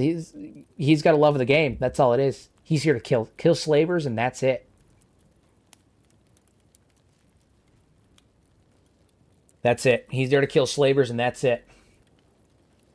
He's a symbol. And the fact that he's like that is also reflected in his diplomatic status. Bo, Gray, they have diplomatic status. Tinfist is actually, in the game files, marked as less important to the anti-slavers than Gray or Bo or any of them. He's marked as less important because he is not actually leading them. He's not doing good for the anti-slavers. He's killing slavers. That's all he's doing. And if Tinfist dies, he can still be a martyr. He's still a martyr. He can act as a martyr that the others can rally behind and continue the mission that they attributed to him, but he's not actively performing that, right? It's like everyone else views him as a hero, and so they go out and do heroic things, but he's not actually a hero. But they're doing heroic things, and so it makes it look like he's heroic because he's actually piggybacking off of the good, justifiable work that everyone else is doing, and they're doing it because they fundamentally misunderstand what he stands for. And so he's doing good things by proxy, but if you remove him from the equation, all that happens is his followers become even more charged and even more, they pursue that goal, that false perception of him even more aggressively and with more zeal than they did before. He's honestly even better as a martyr. He's honestly would function even better as a martyr. Tinfist is not a hero. He used to be, but he's not anymore. He's not anymore. Considering the skeletons are finite, how many do you think are left? A couple hundred at most. A couple hundred. I mean, if you exclude, like, the thralls, like the skeleton thralls and the ashlands and stuff, I think that it's, like, I would say in-game, probably a couple hundred. I would say in lore, there's maybe a few thousand on the planet. But, like, if you consider that the populations of the entire, I say planet, the moon, the populations on the moon of Kenshi are scaled down for gameplay. If you scale them up to what they would realistically be, you know, hundreds of thousands of people, I would say there's a few thousand skeletons. They're rare. They're very rare. They're very rare. A few thousand, that's it. A few thousand survivors.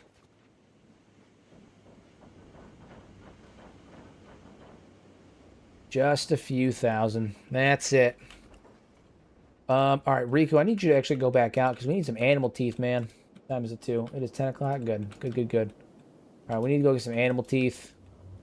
There's that big horde that we killed a little while ago. That big mess of dogs that we put down. You got teeth? You do have teeth. You got lots of teeth.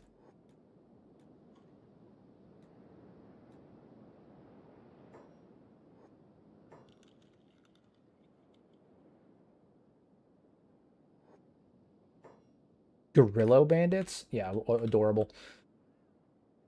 All that's left for Tinfist is hatred after all this time. All his followers are just behind him, and the hate train Tinfist is on. Yeah, I mean, yeah, pretty much. Pretty much. His followers do the good stuff. The rest of them, I mean, a Tinfist isn't there. He's a symbol, that's it. He's a symbol. It's kind of sad to think the skeletons are about to go extinct on Kenshi. Yeah, they're headed towards it. I mean, the skeletons that are left will last for a long while. I don't think they're going to go, like, fully extinct anytime soon. But they are headed towards extinction. They will go extinct. Eventually, the last skeleton will die. They will fall. It will be the end.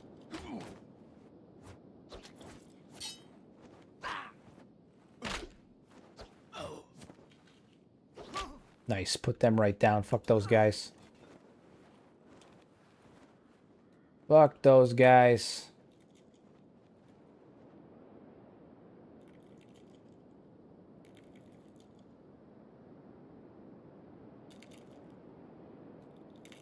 Yep.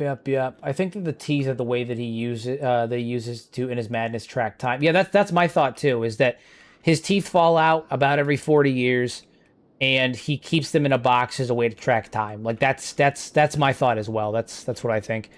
He regrows them like a shark because, you know, he's able to regenerate on a cellular level damn near infinitely. He can't like heal from, he's not like Wolverine, but like he doesn't age, so he doesn't succumb to aging, and because of that, he's able to reproduce infinitely. And the teeth may be a byproduct of whatever he did to do that, you know? Maybe like an accidental byproduct of that. But yeah, no, I think the teeth are how he tracks time. I agree. That's my thought as well. We're just traveling around beating up bone dogs so we can get some teeth, so we can make some runes, so we can make some weapons. It's the whole thing. And a nest of bone dogs. There's got to be a nest of them nearby, right? Little nest of bone dogs.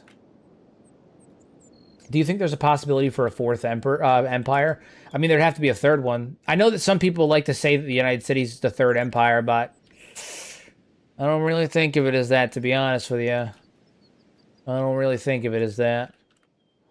Granted, it was built off the bones of the Second Empire, and it does, you know, of all the factions, it probably has the best standing to say it, but I don't think it's the third empire.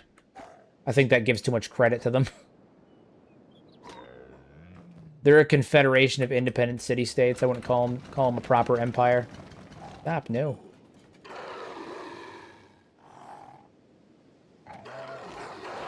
Riku, fold him. My dude's an animal. There's an animal. But do I think there's a possibility for, like, a proper third empire to, like, fully take over Kenshi and, like, unify Kenshi and all that stuff? I mean, yeah, I don't see why not. What faction's going to do it? That's harder to say. I think that eventually the United Cities and the Holy Nation, once Oakranism goes through a reformation and becomes less extreme, less hostile, and is more open and accepting to other people, and like becomes less inherently violent, I think that the United Cities and the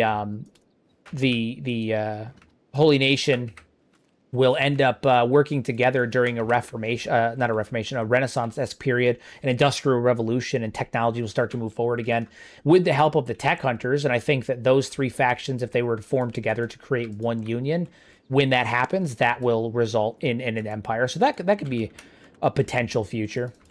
A potential one. In my future scenario, I say the UC is the third empire because the fourth empire was created from their descendants. Indeed, mayhaps.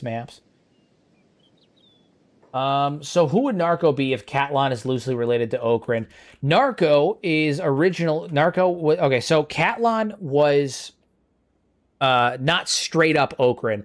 Catlan and his pro-human faction during the Skeleton Civil War that I theorized about were Oakran, the idea of Oakran, right? And the anti-human faction was Narco, the darkness, the badness, right? When the pro-humans beat the anti-humans during the Age of Chaos and the Second Empire was born, it says that the Holy Nation scriptures that when Oakran struck down Narco during their fight, he absorbed Narco into his being. And to me, that says that some of the skeletons from the rebellion maybe, like surrendered and they joined the Empire, or they switched sides, or it's hinting at the idea that after they beat the anti-humans, Catlan became corrupted. The skeletons became corrupted by the influence of the anti-humans, and that's why I thought, over hundreds of years or however long it was, the skeletons became more oppressive. They started to take on a lot of the traits that the pro-humans had fought against. They had started to embody Narco, and so Catlan, being the pinnacle and the head of this pro-human faction, took on the mantle as things continue to evolve from the pro-humans were Oakran to now Catlan is the embodiment of Oakran. He speaks for Oakran. He is Oakran. And he was corrupted by the influence of Narco, being that of the anti-humans. And then eventually they realized that he was the false light, and they were blinded by the false light of Oakran. So Catlan is simultaneously both Oakran and Narco at different points. He fought against the anti-humans, Narco, as a pro-human, Oakran, and then he himself became an anti-human, Narco. So Catlon was, him and his team were Oakran. He became the embodiment of Oakran, and then he ended up becoming Narco when he took on the traits of what they had established was Narco. So, I finished watching all the episodes of Tengu's Vault. Such amazing episodes. I'm excited for the next episode to see how you guys review the Q&A of the creators. I'm excited for it. Yeah, we're going to be, next Thursday, we're going to be, not this upcoming Thursday, next week's Thursday, we're going to be watching the Meet the Makers video, and we're going to be dissecting it to see if we can find any tidbits of lore or information or talking about it. So it's going to be a really fun episode. We're super excited about it. Yeah, it's going to be a good one. Going to be a good one. Going to be a really, really good one. But I think if he obtains them from the opponents, that he, what are we talking about? Are we talking about AI cores? I see. Oh no, you're still talking about the teeth from the Bugmaster. I'm trying to keep up, my God. I'm trying to keep up. These need to go to Bailey. Actually, yeah, these need to go to Bailey. She's our go-to. Actually, who's beating plates? Shingeko? Where you at? You. I'm gonna trade with you.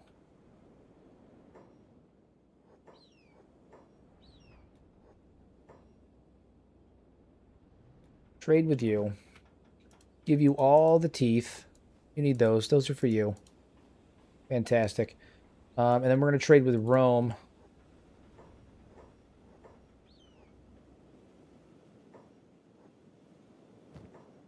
We're going to give him all of the meats. We have the meat.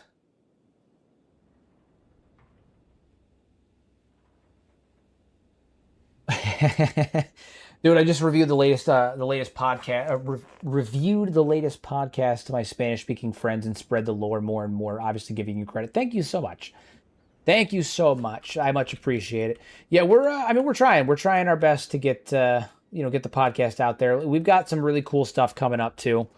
Next couple episodes, we're going to be obviously the next episode we're going to be talking about the Jesus Christ, so many teeth needed to create this road. I mean, it makes sense, but holy shit.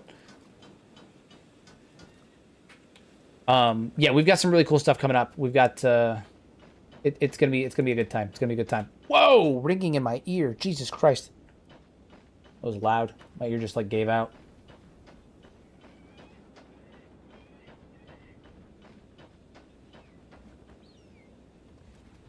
Will be cool in the podcast. You have a section of fan arts. It's true. There's a lot of things that we're talking about implementing. We're also talking about potentially moving the podcast to weekly soon instead of like every other week. We've got some good plans coming up, and we do think that we might be moving the podcast to weekly soon or soonish. So instead of 2 episodes a month, you guys will be getting 4 episodes of the podcast every month. Should be pretty cute.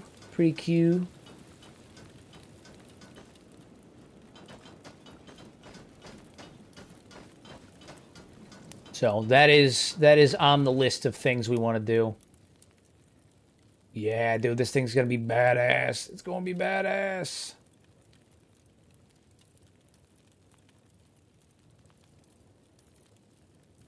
Legendary Northern War Axe. Yeah, these things look fucking fire. All right, who do we have that is decent smith? Do you guys have any skills with smithering? Or you do.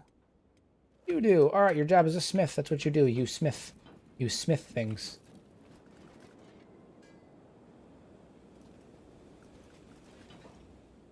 Where are the steel bars being made? Out here, right?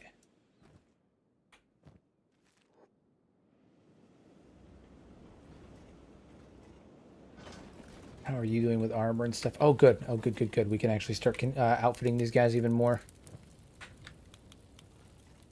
Stunning.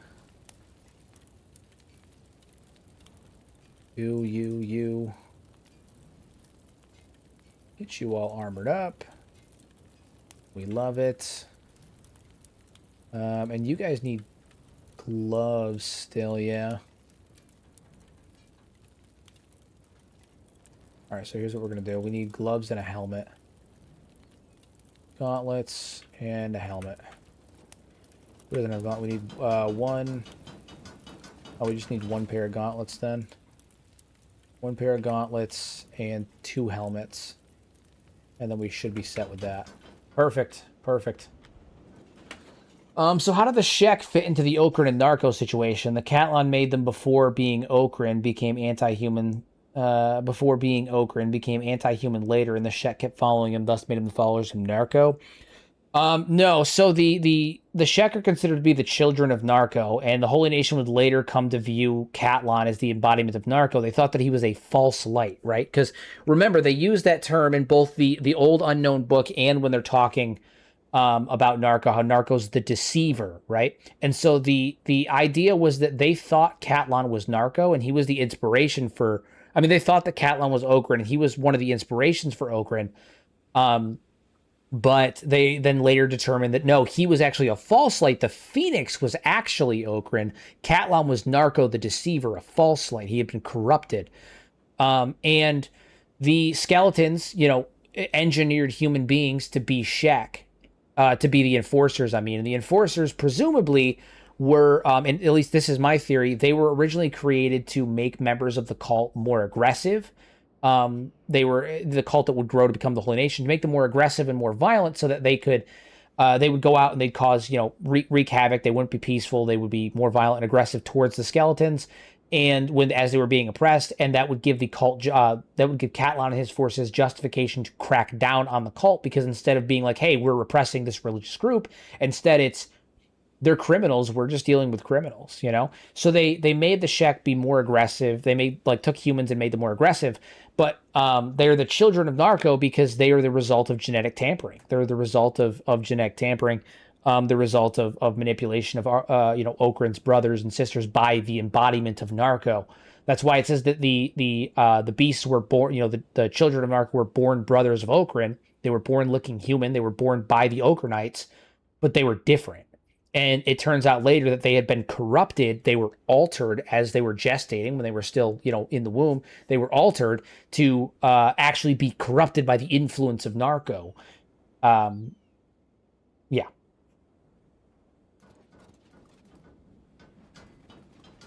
All right, so we're gonna let this move. We got a couple of war axes being made. They're gonna be really shit quality, and I'm okay with it. It's gonna be rusted junk, and I'm totally okay with it because most of what we're using is rusted junk anyway. But we're gonna get some real good fucking real cool looking weapons, real cool looking stuff.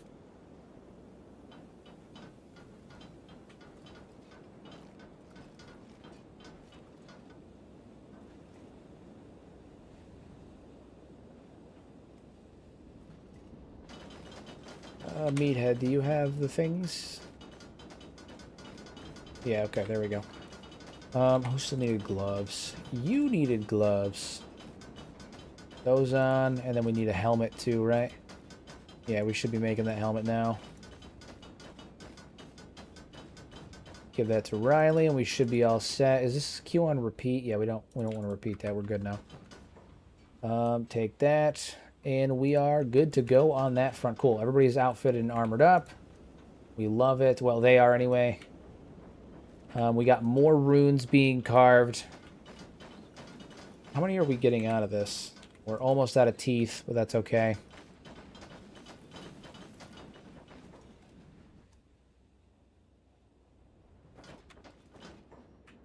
All right. What is this? Runic full body armor. That is for you. Stunning. Riku's an absolute beast. Can't be stopped. Can't stop him. He's our secret weapon. It's great. It's great. Okay. The Western Hive are the nicest faction. Changed my mind. I wouldn't say they're the nicest faction. Simply because they're nice. Their niceness is not actual niceness. They're part of a hive mind collective, right? Like it's not like the faction is full of nice people. It's one, gigantic hive mind that's all communicate. It's like being nice with one person, right? It's one person. It's not quite the same. I don't know if we can hold them to the same standards. Plus, they're also just doing what the Southern Hive is doing. They're just doing it in the way that benefits them. The Southern Hive is aggressive and angry and all that stuff because they are required to be more aggressive and hostile and violent in order to, you know, reproduce and propagate. Whereas the Western Hive uses agriculture and trade as their way to propagate. They use agriculture, so like they need to be, you know, that's just how they do it. So I don't know if it's necessarily quite the same. I don't know if it's quite the same.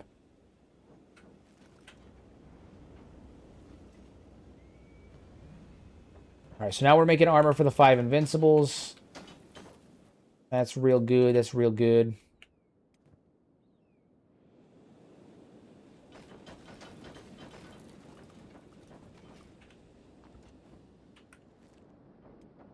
Time is it? 10:30? Okay, so we're making time. We're making good. I've had this theory that Igor is a Hive soldier that suffered from heavy mutations, explaining his immense bulk and aggressiveness. I mean, possibly.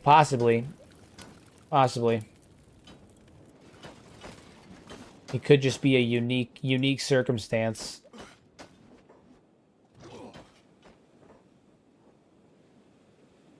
Zomboid time with the lads. Peace and easy. Have fun. Have fun. Have fun.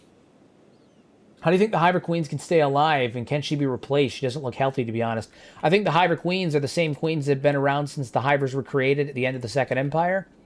And I think that the genetic alteration that was used in their creation that makes them ageless is the same alteration that the Bugmaster implemented on himself without the ability to study it in the long term, obviously, which is why the Hive Queens and the Bugmaster have all devolved to like a screeching nonsense, because they did not realize that the long-term effects of aging on a biological of not aging for, you know, several hundred years or 1,000+ years would cause mental decline and degradation, which is why what we've seen in both the Bugmaster and the Hive Queens.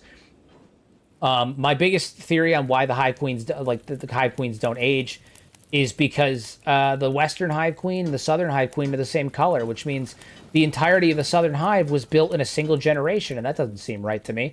The Western Hive has been building for at least 1,000 years, unless, of course, that single generation lasts the entirety of the 1,000 years. Like, unless the Southern Hive Queen has been around for 1,000+ years, you know, since the fall of the Second Empire when they first emerged. Because they're the same color, which means she was made using the same process as the Western Queen. The other thing, too, is that the queens have an incubator built into their body, which means you can't just create a new queen. You'd have to implant the incubator into their body, and I don't think they have the means to do that. And the incubator is also rusty and kind of worn down, and kind of has the implication that the queen has had that incubator since the beginning. And so, like, my thought process is that the queens are screeching and crying is mildly concerning. Yeah, I mean, listen, they're old. They're old. Their minds are basically purely animalistic. They're operating on nothing but instinct. They're fucking animals. They're literally animals. You know, they behave like animals. They've devolved.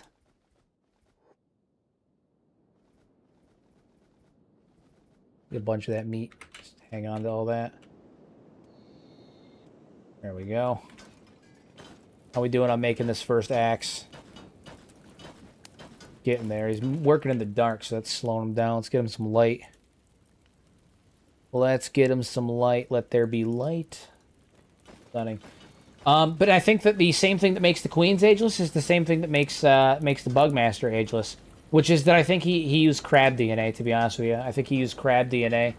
I think he altered his DNA using some kind of genetic enzyme from crabs or genetic sequence from crabs that lets him create an enzyme that prevents the shortening of his telomeres at the end of his DNA strands, allowing his DNA to affect it. Like when his cells reproduce, his DNA is not of lesser quality. His telomeres aren't shortened when his cells reproduce, so he can reproduce nigh infinitely, and he doesn't succumb to the effects of aging, you know?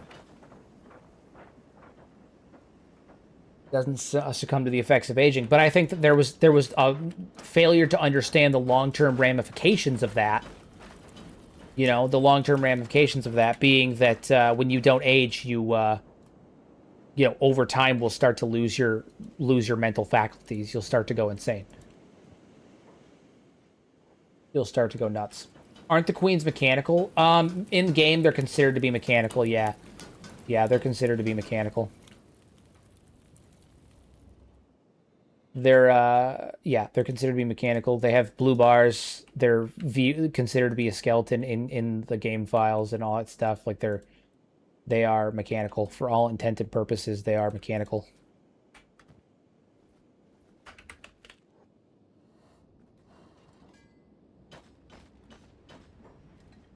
Did we really run out of teeth? Is that a thing? Did we literally run out? God damn.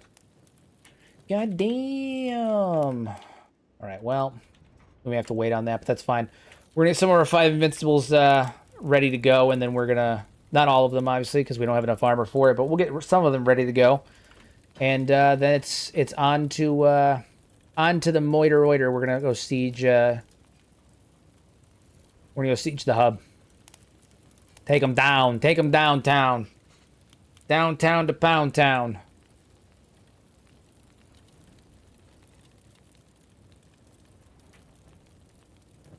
Steve, my boy. I'm gonna give you these gauntlets here. These do, yeah. Those are good. Those are real good.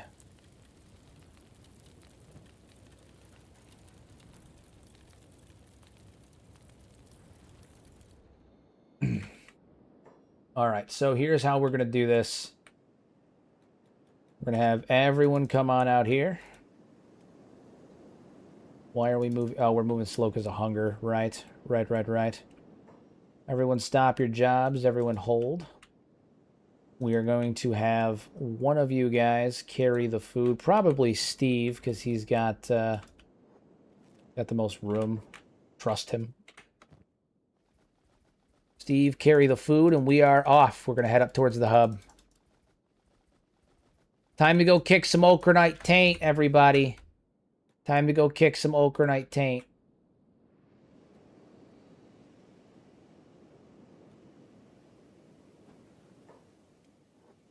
Close those doors up, and we're gonna move out. Holy Nation assault's coming for us. Little do they know we'll be long gone. We'll be long gone. Finally, the taint kicking will commence. It's true. It's true.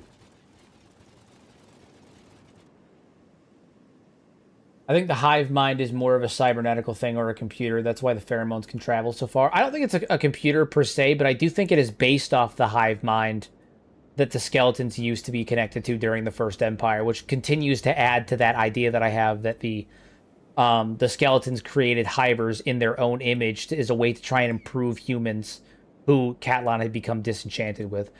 You know, he'd become disillusioned and disenchanted with.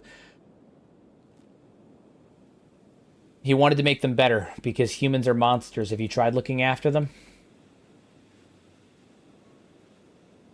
I do think the pheromones are a chemical thing, but I think it's based on the computer hive mind that the skeletons, you know, had.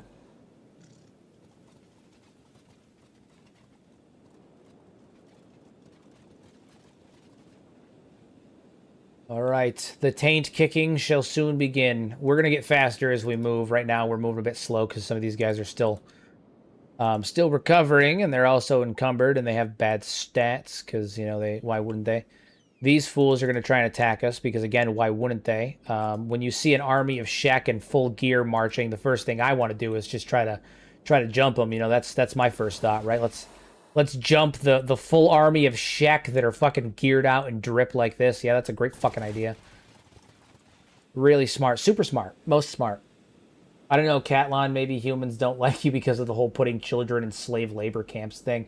Well, again, you know, skeletons have a hard time learning from their past, and because their perception of time is different. Everything that happens to them, they're perceiving as if it just happened. You know? There's not like a waning of memory of time over time, right? Like it doesn't wane. Like for humans, we move past something and it fades. For them, it's data. Skeletons exist in data. And so because they exist in data, all of those memories, all that information and data about them is constantly existing in their data banks, and it's constantly being processed. They exist in a perpetual state of everything that has ever happened to them is always happening at the same time. So like for them, Catalan used to be the hero of. He was the hero. He was the hero of the humans. He was the hero of the Civil War. He fought and killed his own kind to protect humanity. Like, he cannot feasibly understand how things got so bad, how the humans can look at him after everything he's done as anything other than a hero. Why is he being looked at in this negative light? And it's because he's still processing it as if it's fresh. He's still there. To him, everything is still fresh. It's all still happening. And he just can't understand it. He just cannot fundamentally understand it. He doesn't know where they went wrong. He doesn't know where it went wrong. And in many ways, I kind of feel for him, to be honest with you. Like, that sucks. That really sucks. I do feel for him in that regard. He still should be punished for what he's done, obviously, right? Like, that's not, that's kind of a no-brainer on that, right? He should definitely still be punished for what he's done. But I do feel for him in the sense that, I feel for all the skeletons in the sense that they are basically stuck in a perpetual state of entropy with no ability to undo it. Skeletons' existence is hell. Just the way they exist is just pure hell. Pure hell.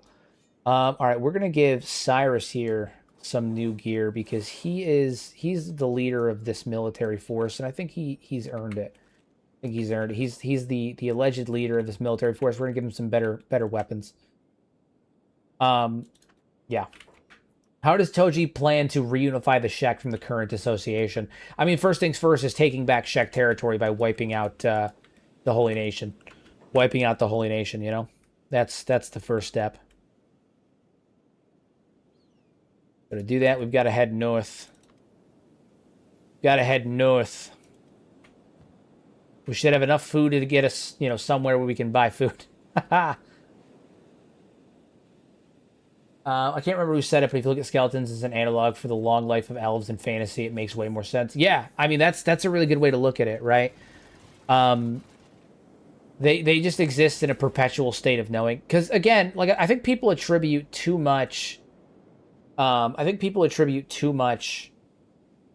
humanity to skeletons. I think that's one of the biggest issues with them, is that they attribute far too much humanity to them.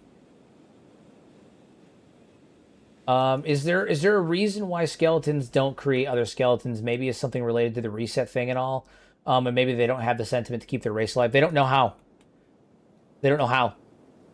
Skeletons can't create anything new or anything they don't understand. They can only reconfigure and repurpose. There's a combination of issues with creating new skeletons. One, it's kind of implied that the materials needed to make skeletons were all used, right? The resources were used up in skeleton dialogue. Additionally, skeletons cannot create anything that they do not actively have and understand, because they function as AI, and they used to be connected to a hive mind that would feed them information. It would feed them data. They would be, go to reprogramming centers where they would be, have their skills and all that stuff were deleted, and they'd have new information uploaded to their consciousness to allow them to be good at the jobs they were doing. But the problem is, doesn't that conflict with what you said about the skeletons making hivers? No, because the skeletons commissioned the making of the hivers. The Bugmaster is the one that did it, and the Bugmaster was an organic.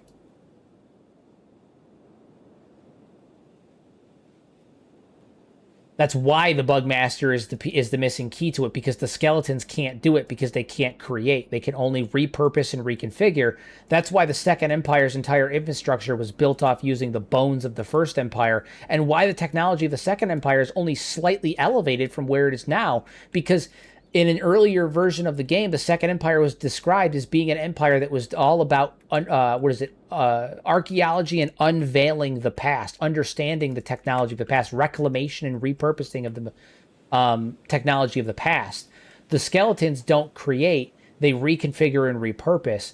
But if they had a human, like the Bugmaster, who is an intelligent human being capable of creative thought and thinking and new ideas, capable of creating new things, then they could do that. All of the creative inventions that have occurred have not been by the skeletons, even if the skeletons were the commanding government. The other thing to remember, too, is that the skeletons, if they created the hivers in the image of the skeletons, then they're not creating something they don't understand fundamentally. The Bugmaster creates the hivers on like from an organism level, right? From a biological level. But they make them like something they understand, which is skeletons. They make them like skeletons. They make them like something they do understand. You know, when they would have made the Hivers, they would have been created by the Bugmaster, who's capable of doing things. I disagree. I think they can innovate. Skeletons created the new form of government and innovative punishments, which is what they lack is ambition. I think what the Skeletons did was they used the information that they already had and they modeled their own government as the direct opposite of what the First Empire had. And they ended up reusing a lot of the same tactics that the First Empire did on them, thinking that they were toasters on organic beings, which is why it was so different, right? When the Skeletons weren't in use, where were they probably put? They were put into warehouses. They were put into warehouses. They were decommissioned and put in warehouses. Well, when they wanted to separate the humans, what did they do? They put them in warehouses and camps and stuff, right? I don't think that the Skeletons were creating a new form of government. I think they were using what they understood as a baseline. And the other thing is, their innovation is about reconfiguring and repurposing. They have to have a baseline. They can't create something wholly new. They have to have something that they can reconfigure into that. For their government for the Second Empire, they reconfigured the government that was set up for the First Empire into the Second.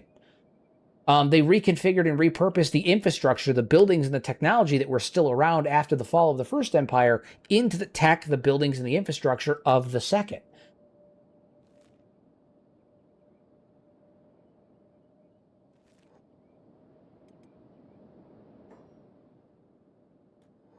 And the other thing too is that we can't assume that they did all of it on their own. They probably had some kind of human assistance in terms of setup. I don't think it was purely, I think the Skeletons were obviously the governing body, but I don't think that the Skeletons were just doing all of this on their own. You know, that's a clever way to a clever way to create a failsafe for Skeletons. Think about it. You don't want a sentient mechanical life that don't sleep or eat, walking around to create a better version of themselves. Yeah. It prevents the Terminator issue where they evolve outside of their programming because they gain sentience, which was I think that was the byproduct of hubris, not them evolving outside their programming. I think it was hubris on the First Empire's part. They just made a mistake. But a good failsafe to prevent them from being able to outpace you is to make them incapable of creating anything that outpaces you. Creation was the byproduct of the First Empire. And that's why the tech in the Second Empire, despite the fact that the Skeletons had firsthand knowledge, they were there during the First Empire. They should have been able to recreate some of the tech. They should have been able to recreate some of the infrastructure. They didn't. This is coming straight from Chris's mouth when I say that the tech level during the Second Empire was only slightly more advanced than it is now. They didn't create any advancements. They didn't recreate anything from the First Empire. They were nowhere close. They were operating using reconfiguration and repurposing. They for firsthand account. It's not the humans had been living in isolation and rebuilding and devolving in terms of technological prowess for generations at this point. Them not being able to recreate things makes perfect sense. The Skeletons have firsthand knowledge. They were there, unless there was another thing that would have given them the ability to do that, which is the hive mind. And when they became detached from that hive mind, they were no longer able to do it. Biggest evidence for the Skeletons' ability to innovate is Venge. The lasers were not intended for warfare. The Skeletons who weaponized it. I don't think weaponizing and using logical processes is innovation. I think that's logic. It's a device that's capable of burning away organic life. It was used for terraforming. We want to get rid of humans but not destroy organics. They took an existing invention and they used it for exactly what it was intended for. They just used it against humans, you know? They didn't really innovate that. That's not an innovation. They used it exactly what it was for. Burning away organic life. That they used exactly what it was for. That's not innovative. If anything, it's being cheeky. It's being cheeky. It's being a little clever. It's like a monkey's paw thing, you know? But the eye satellites were used to terraform by burning away organic matter without damaging infrastructure, without damaging the land, unless used in the long term like it is now. And so when they used it against people, they used it for exactly what it was for. They burned away organic life. I don't think it's innovation. I think that's Like, that's cleverly using what it's for, you know? It's clever, but I don't think it's an indication of innovation. I think it's cleverly repurposing something for its not intended purpose, but its intended purpose. It's exactly what it was for.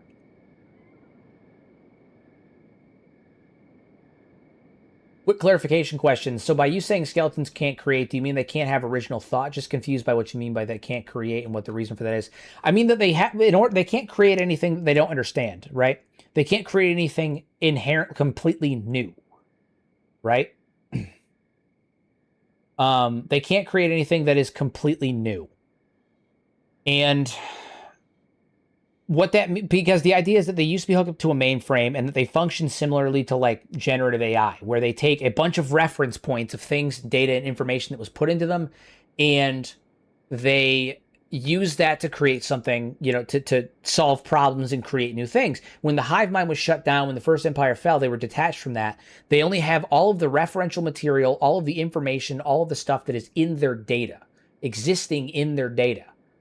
And they cannot pull any information that's not in their data and create something new. So they're limited to only creating things based on what they actively understand, what exists in their data, and they can't create new things. They're not capable of creating brand new things anymore.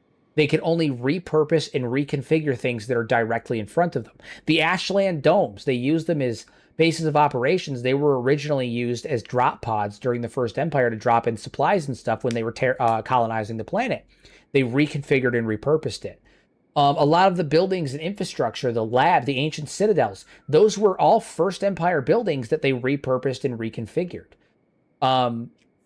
A lot of the technology that they used was repurposed and reconfigured technology. If the skeletons were capable of, reverse engineering and creating new technology, they would have been easily able to reverse engineer and recreate the technology of the First Empire that they have firsthand memories of. They didn't.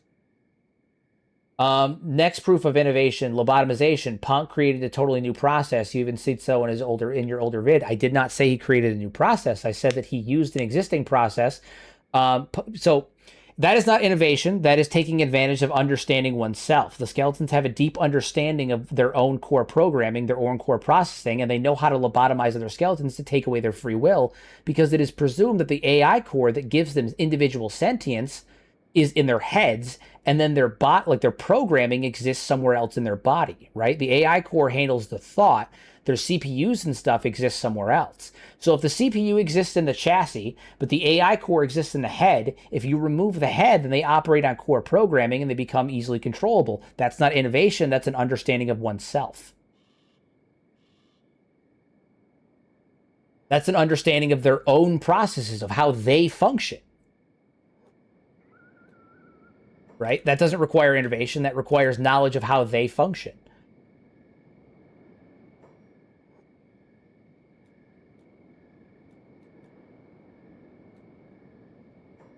But that would assume humans have done it before too. Well, no, because again, if they understand how they function, they don't need to. They don't need a human to do that, because it requires they can repurpose and reconfigure things they understand.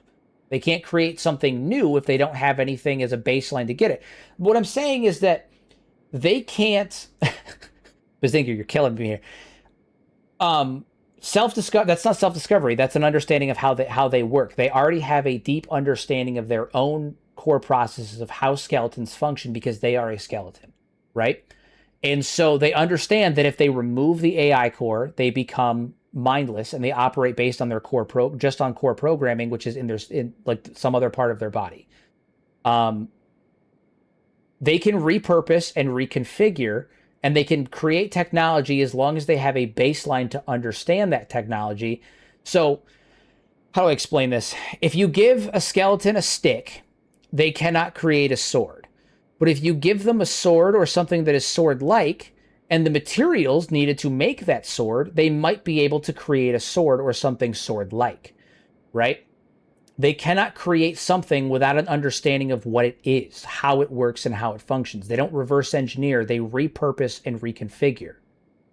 So they can't create something completely brand new that has never been created before. They can only take something that exists and use it for other things. use it for other things.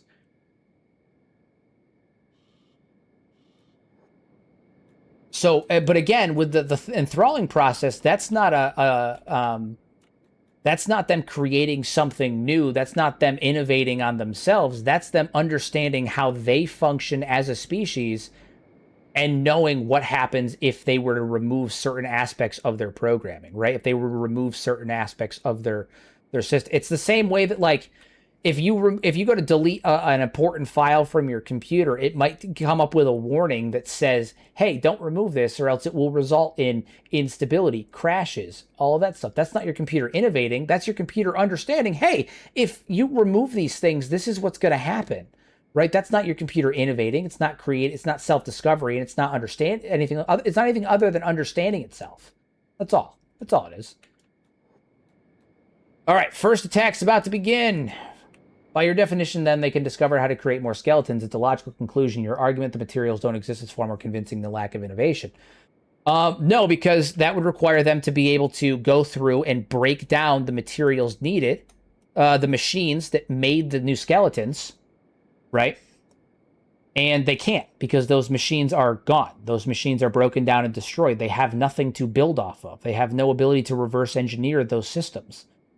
The advancements between the Second Empire and now were very, very, very low, which means that the Second Empire did not have much in the way of technological advancement from where it started. It means that any things that were changed,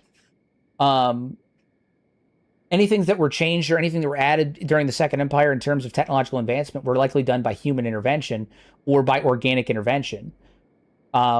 Because the technological advancements between the Second Empire and now, things have actually gone down, but they weren't that far apart, which means if they were capable of reverse engineering the technology of the First Empire, they would have. They didn't. They repurposed it. They reconfigured it. They built off of it.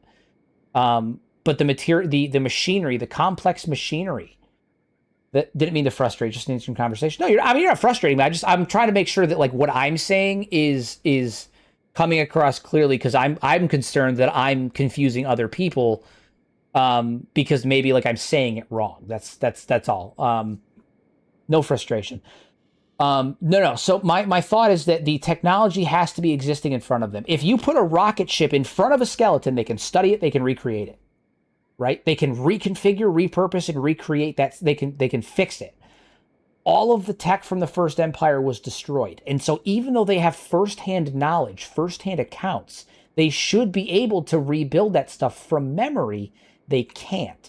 And it's because it's not in front of them.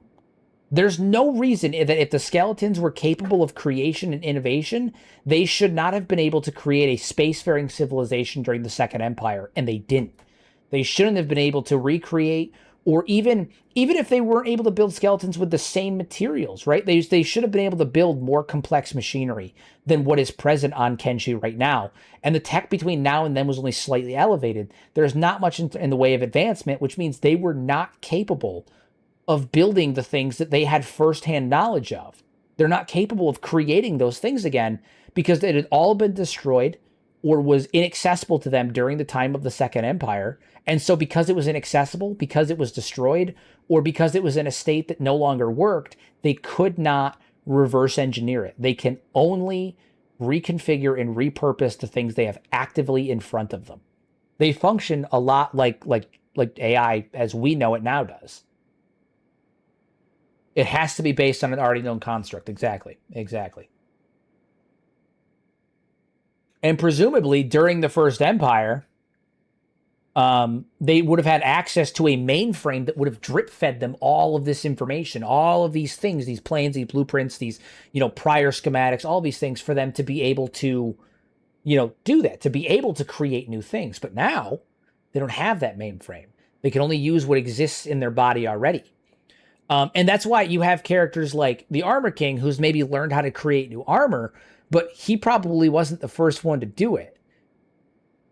Humans created the armor. He picked it up. He looked at it. And then he said, oh, I can make this. And then he made it. He reverse engineered it. He reconfigured and repurposed it and figured out how to make it because it was physically in front of him. he's not able to create something new from his own imagination. He can only create something that he's held in his hands, that he has in front of him to study. And all the tech in the First Empire was destroyed. He can't rebuild it. They can't remake it. They can't remake it. All right.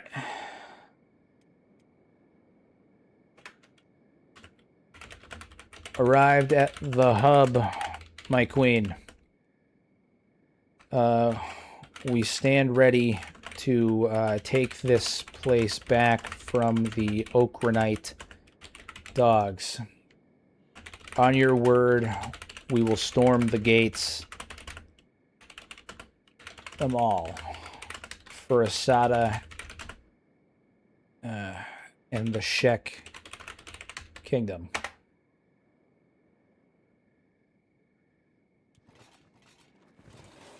Patience, Toji. The Oakranites will feel the steel soon enough, but a blind charge into the hub's shadow is how warriors become corpses. First we secure the gates, and then let the Night's Beast thin their numbers for us.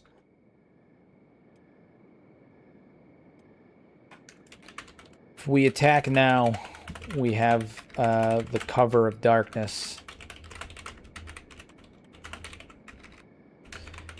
Many of them sleep in their beds unaware. Our presence. We have the advantage. Now is the time.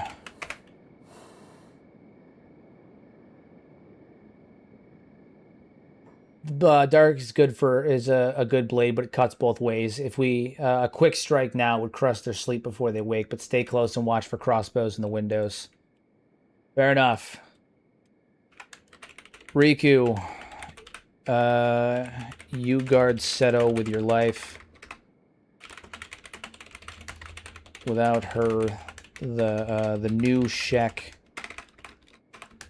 new kingdom is leaderless. The Shek will perish for sure. Let Riku know he's got to stay close.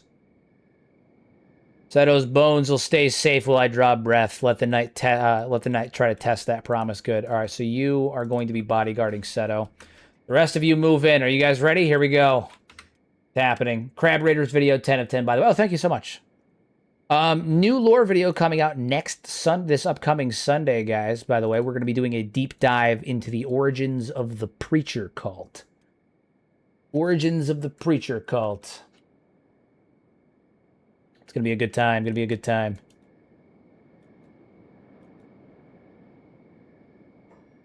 Also, guys, before the battle, I'm going to do a quick little plug here. If you guys enjoy the content and you guys want to see more of it, do consider becoming a channel member.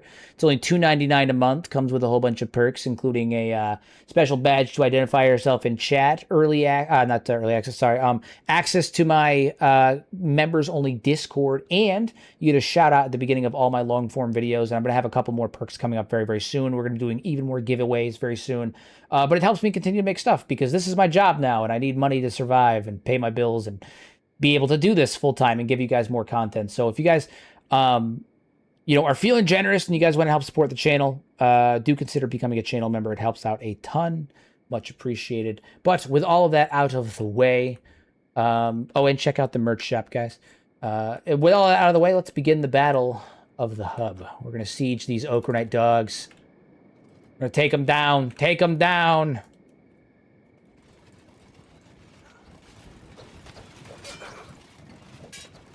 All right, we're taking them down. Kill every one of them.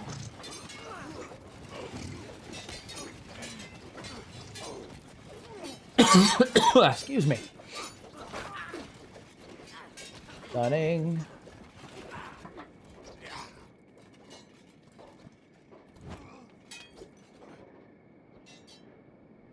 Not really putting on much of a fight here, to be honest with you. It's because we're attacking at night, so most of them are asleep. We haven't even sounded the alarm yet. Haven't even sounded the alarm yet. Nice. Alright, reinforcements. There it is. The alarm has been sounded. Where are you guys? Slave traders? Oop, we got slave traders coming in too.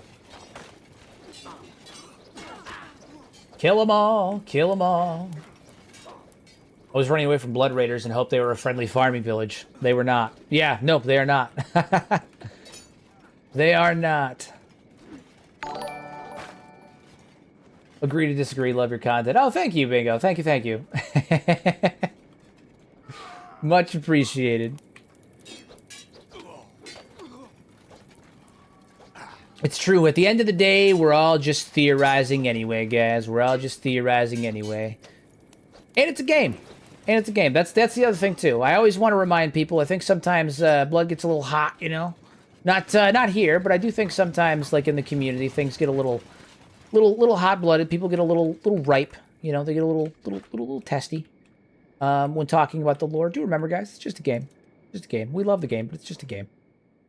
Toji is attacking a slave trader that decided to flee. Did we cut his arm off? We did. We cut his arm off. All right, well, he's going to die anyway. This is like Kenshi is life. Yeah. Kenshi is life. Kenshi is life. What are we out here fighting? How's the wall doing? He's doing pretty good. Doing pretty good.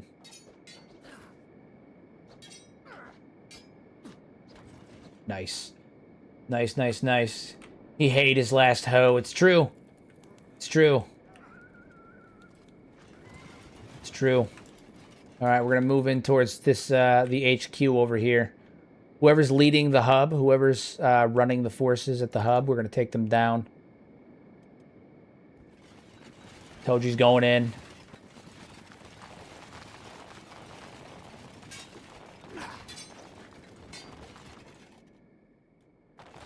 Literally the only lore I disagree with. I think you're spot on with everything else. Yeah, no, that's fine. And again, I want people to challenge me on stuff, right? I want people to give me shit sometimes and challenge me on things. Like I want that. That's part of it, right? How else does you can't learn in an echo chamber. You can't come to new conclusions in an echo chamber. And I get shit wrong sometimes, right? Like that's part of it. I want people to challenge me, to force me to sit there and really think about stuff. This discussion is good because intentionally or not, we're helping the developers to use some of these ideas to expand the lore. Can confirm. Can confirm. Who's the Inquisitor leading this place? Is there one? Or what's up with that? There's got to be one, right? Like, this place is being run by somebody. Who are we carrying? Just a random starving bandit? Fucking why? Put him down. What are you doing? All right, well, we're gonna loot the shit out of this place too, right? The Holy Nation's got food.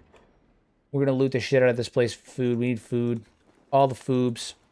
Time is it also? It's 11 o'clock. Cool. That means we have enough time that we can potentially get moving onto Squin.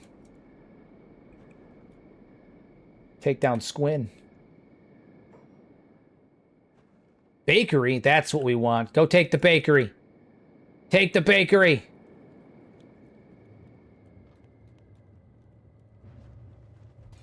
Kill the baker. Yeah. Yes. Just kill the baker. Yes. Food cube.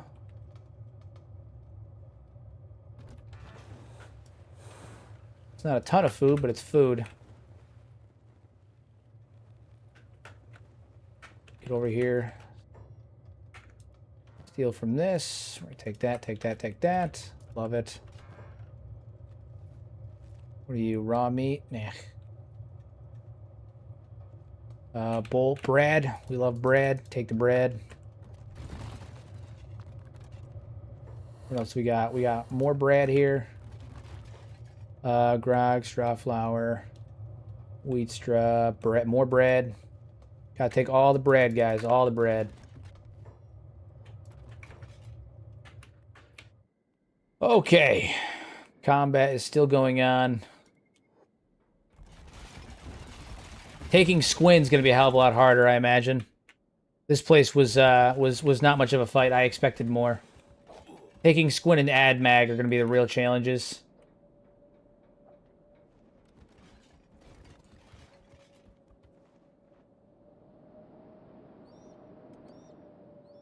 Who's weakened? Oh, the wall's weakened. Okay, everybody else seems like they're in pretty good shape, though. Fucking Riku, man. He's a beast. He's an absolute fucking animal. We're going to give him his Leviathans, his trademark Leviathan Slayer. Love it. All right, let's go over to this trading shit. This used to be the bar. Now it's a general shop. That's stupid.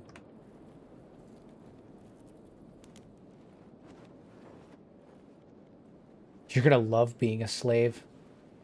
And then the army of Shek come charging at you. Mr. Breadman, that's true. That's what we are. Who's the bread weeb now? It's Beep.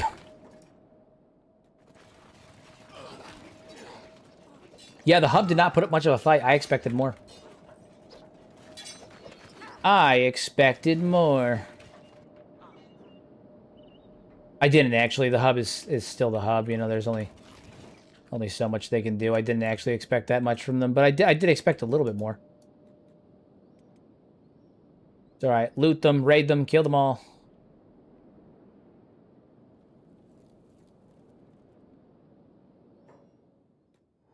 Hello, all Holy Nation zealots.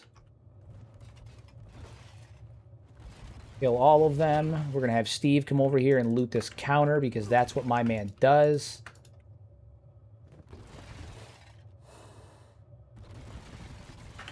Hell yeah. Take all that food, my guy. All that food. We love it.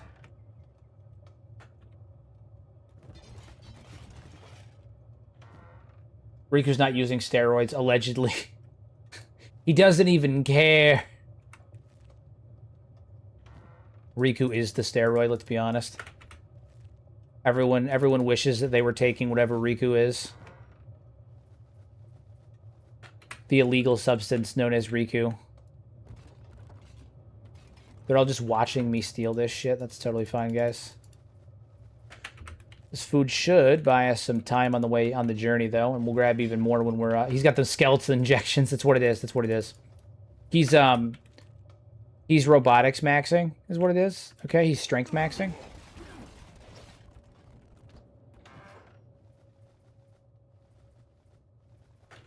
He has a deep inherent dissatisfaction with himself, and so he's got a robotics max. Actually, Riku did it because of the ghost situation, but still, you know, he's got a deep inherent dissatisfaction with himself, and he's got to fix that by robotics maxing. The amount of like cooked vegetables that we have is asinine. That should buy us some time. That should buy us some time. Not a lot, but some time.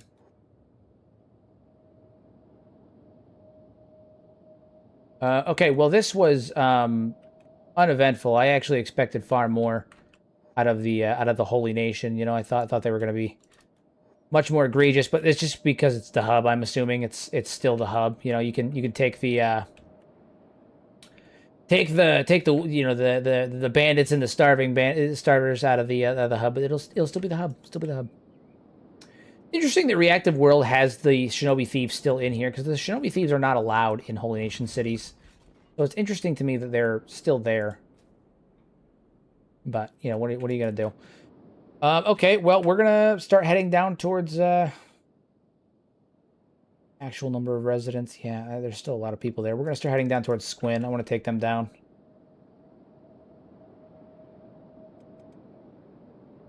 Oh, what the hell is this? They came with fucking reinforcements. Oh my god. What is this? Oh my god. Dude, they came with an army. Did they just hear that we were attacking the hub? And they were like, we're gonna go deal with that. They literally just showed up with an army out of nowhere. What the fuck? Okay. Just showed up with a literal army out of nowhere. I expected more, to be honest. Literally, I expected more. It's still not going to be enough. Don't get me wrong. We're gonna cleave them in twain. But like, I'm fucking out of nowhere. They were just like, oh, by the way, here's round 2. Here's backup. They're all Holy Chosen, so like most of them are already dead. You know, like it's not that big of a deal. I'm just shocked because they had an army came out of nowhere. Oh, apparently we're just running around killing everything now. Okay, all right, we got it. Blackened woman, control yourself. I don't really know if this is the right time to be saying those kinds of things. I don't really think this is the right time to be whipping out those kinds of words. At least there's no leaders to be murdered in this battle. I mean, there's Seto and Riku and stuff. You know, there's leaders of a kind.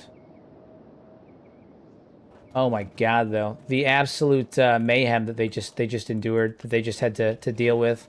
Oh, hold up, round 2. We're not done. Kill them all. Kill them all. Let God let their gods sort them out. Oh, what's the new world? What's the new dialogue? What is it? It says, the hub's main square is ankle deep in unconscious Okranites after the self-proclaimed new Shek Kingdom warband tore through a Holy Nation patrol with brutal efficiency, leaving nearly 40 zealots sprawled in the mud while the Triangle Bandits and Starving Bandits bicker over scraps, proving that in the Borderlands, the only prayer that gets answered is the one for more blood. Indeed. Indeed. They're only saying this because Twitter hasn't been invented on Kenshi yet. Touche. Touche. Touche. All right, well, we're headed off now. We're headed off to Squin. To the great green jewel of Okranite territory, apparently.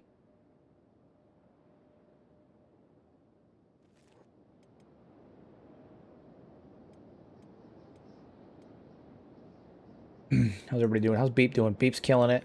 Killing it, killing it, killing it, killing it. How's some of our Band of Bones guys? Some of our newer recruits got a little messed up, but honestly, they're not doing too bad still. They're not doing too bad still.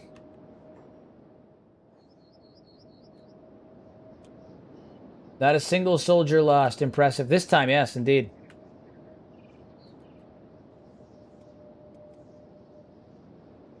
Indeed. We've come a long way since feeding people to the cannibals. We've come a long way. All right, now we're gonna take on Squin. Hopefully, Squin we can actually take. Like it's not not like that. Kenshi's Twitter grok probably going crazy about Hivers taking our jobs. That's funny.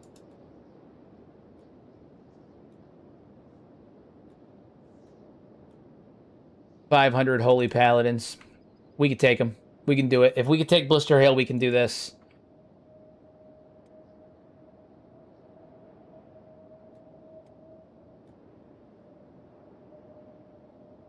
We're going. We're in proper formation and everything. We're going. Go!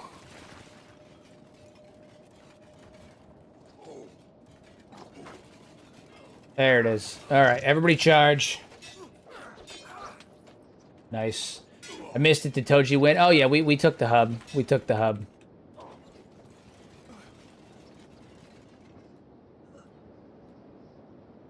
We took the hub. We're in Squin now. Shit's about to get real nasty in Squin.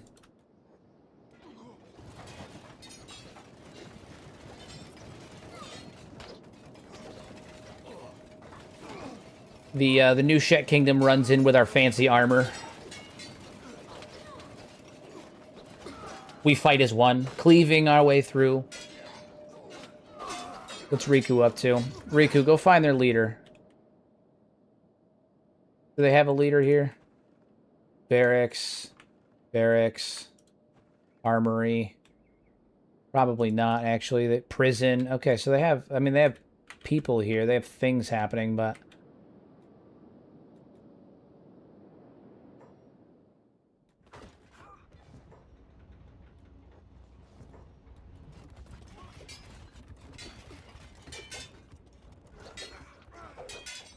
Is Riku the god?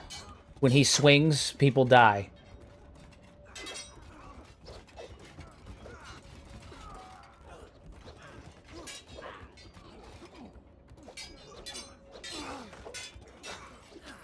Yeah, that hurt. Instant death. Instant death. If he hits you, you're fucking done. You're either losing a limb or you're dead. Oh my god, the sheer audacity. And it's gone full chaos out here. Free the slaves! Free the slaves! Break their shackles! Break their shackles.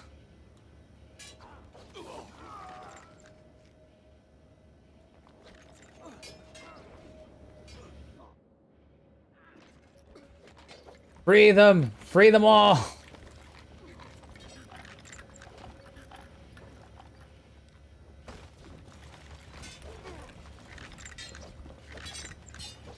How'd you do that? With fucking skill, my dude. He's huge. Riku's huge. What do you mean, how did he do that? He used his arms and just broke the place open. It's fine. Toji's moved on from mass cannibalism. It's true. It's true. Now he's on to mass murder. I mean, look at this. Look at this place. The streets will run red with Okranite blood.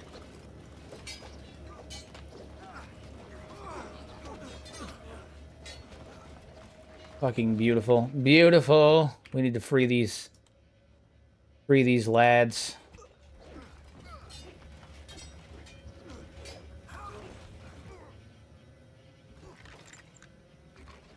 Open the cage. We gotta free as many of these Shek as we can. We find a Sada in a cage somewhere. Wouldn't that be crazy?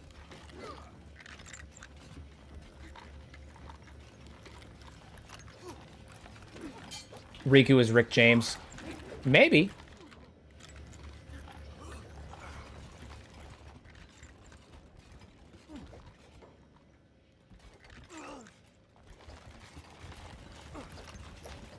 Free everyone. These guys will get outfitted with weapons.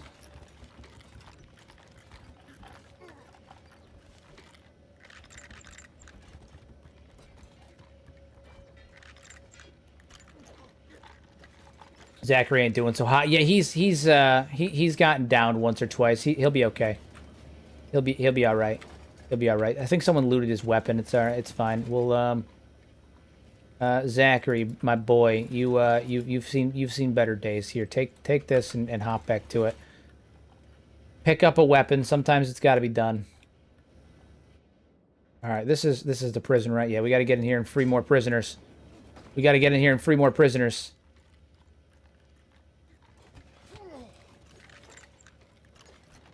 Full-on slave revolt, everybody. We'll free every one of them.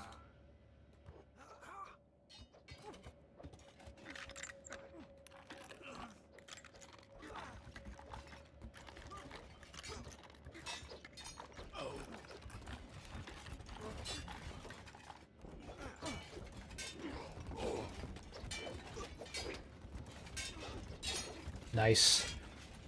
Nice. Slaves are running free now. It's good. It's good. It's good.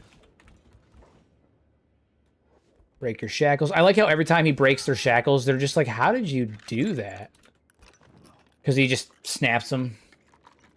I will mark the eastern patrol routes on the ground with my stones. If the Shek warriors ignore it, that is their choice. My duty is to serve the new kingdom efficiently. What is he talking about? Hold on. Somebody say something?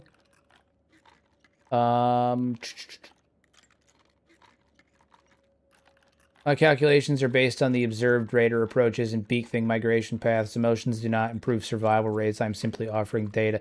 What is up with that, Riku? Why are you talking like that? We gotta fix that shit.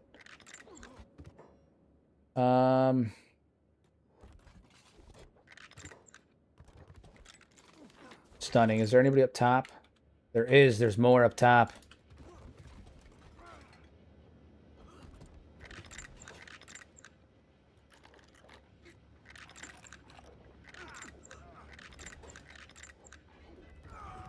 To be honest, I don't think my entire squad could take Riku. I mean, he's kind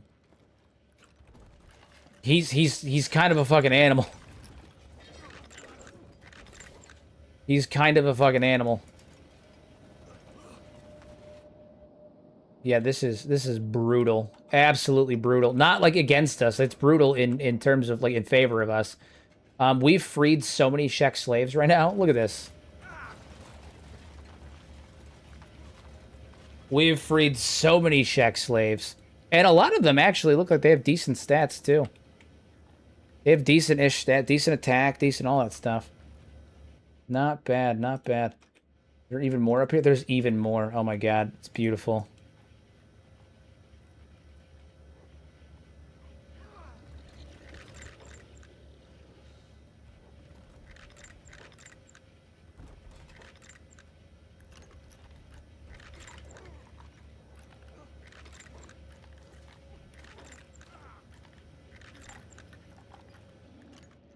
Free them all. They call him Riku the God for a reason. He is the patron saint of Shek, apparently. My guy's freed basically all of Rebirth almost single-handedly.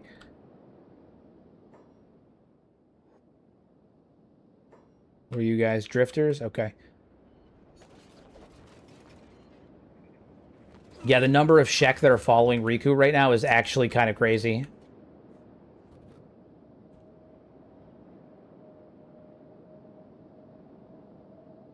Is there anyone downed? I don't think so. All right, move, move, move. Oop, take on a couple more.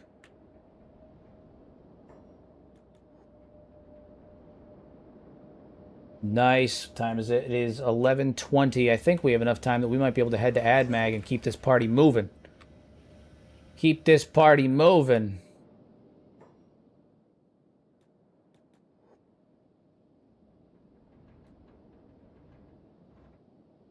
Kill as many as we can.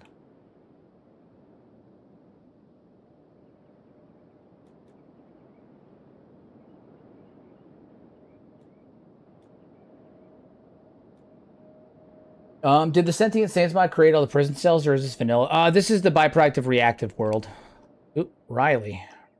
Riley's taking a beating.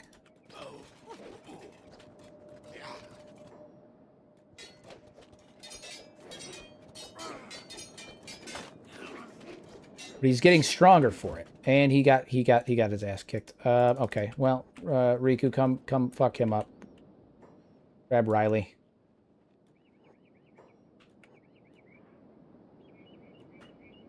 Stunning. All right, let's move.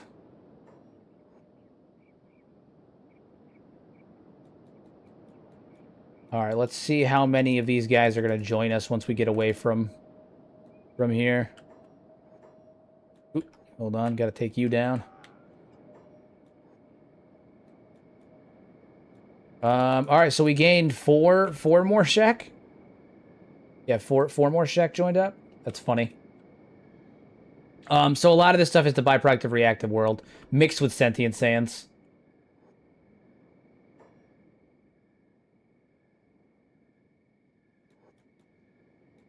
Okay, so now that we're done with that, we're going to head over to the Shek Ruins. I think we're going to rest up there.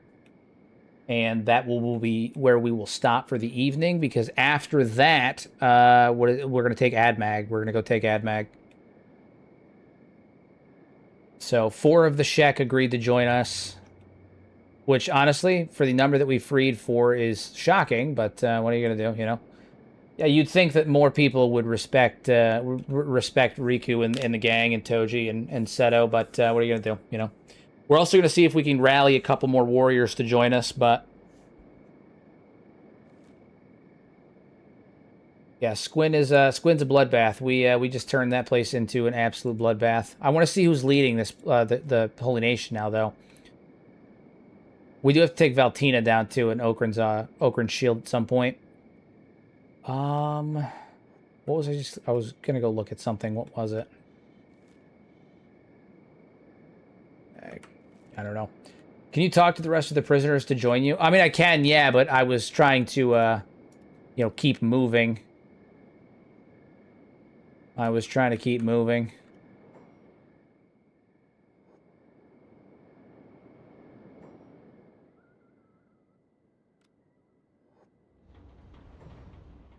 All right, let's see how we're doing. We need to rest up a couple of people.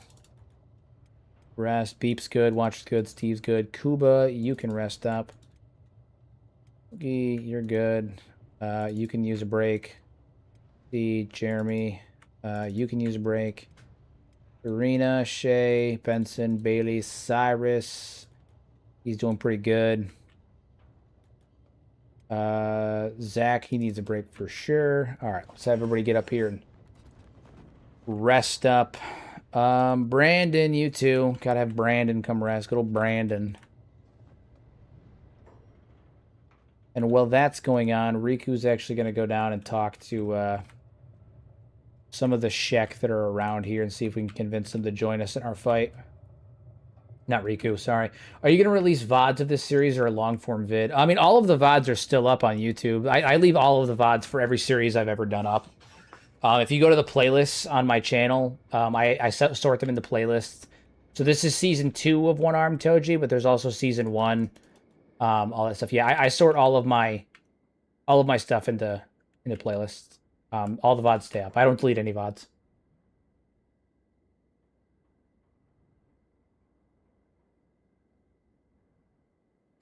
All right, 100 Guardian, 100 Guardian. Ye old 100 Guardian. Oi, I am the invincible one-arm advisor to Seto, the rightful queen of the Shek and heir to Asada. Come with word from the front lines. And a request. See if we can get some of these Shek to join us. Ugh.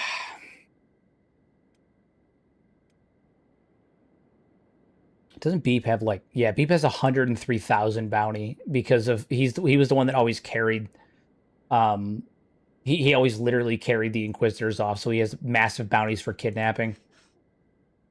Massive bounties for kidnapping.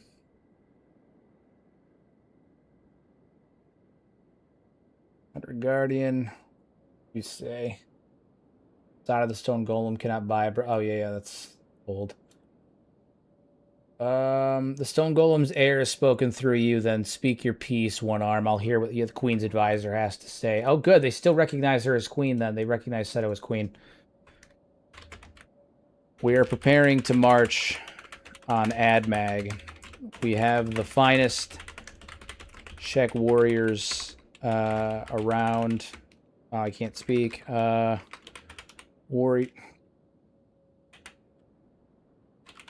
Around.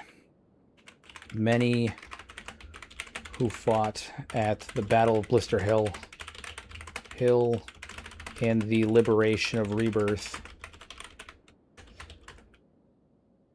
We request you and the rest of the warriors march with us to avenge the golem and retake our home. Let's see. The Shrek will not take One Arm as their king. They won't. They won't. Yeah, they would never. They would never. They would never accept Toji as a king. He's a mercenary. If they wouldn't accept Riku, they definitely won't accept Toji, right? Like, there's no fucking way. No fucking way. What did she said? Oh, yeah, okay. All right, cool. She said, Admag stands as a stain upon our honor. I will sharpen my plank and march with you, One Arm. The blood of the golem cries out for vengeance. Hell yeah. What of you... brothers and what have you, kin? Sorry, hold on, we'll do that. What have you, kin? You join us as well.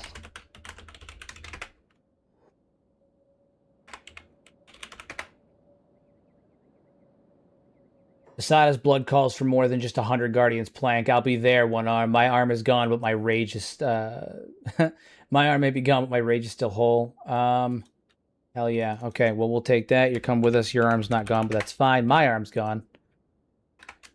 Chisa coming as well.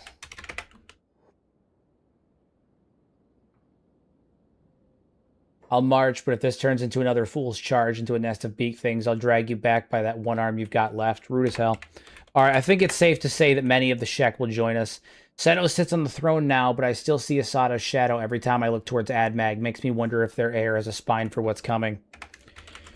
It's more than a spine. She has an army marching at dawn.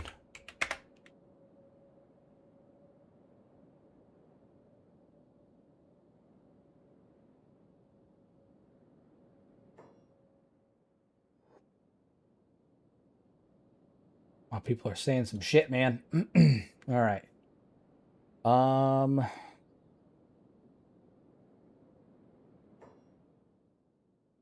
Marching blindly got Asada killed. Maybe talk a little before the bloodletting exactly what we needed. Or do you still think a warrior's death is the only legacy worth having? Wow, they're learning. Guys, they're learning. What AI model are you using? This dialogue is insane. I'm using DeepSeek. Probably just the old guts of the place settling in. Ever sharp, yada yada. Yeah, I mean they're still joining us. They're still down for it. Seto is the queen elected by the 5 Invincibles. Bulls after Asada and Mukai died in battle. She leads an army as we speak towards Admag. Do you stand with us?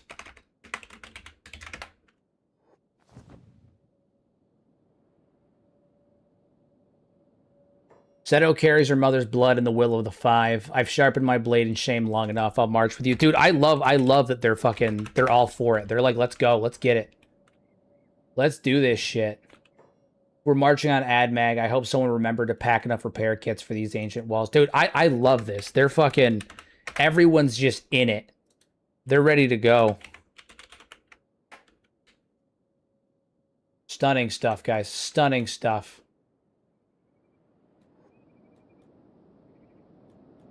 You can choose what A model you use. Yeah. There's a ton of them. There's a ton of them.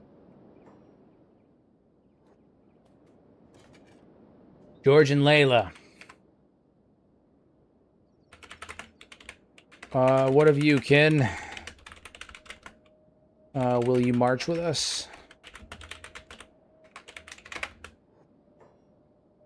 See if these two will come with us.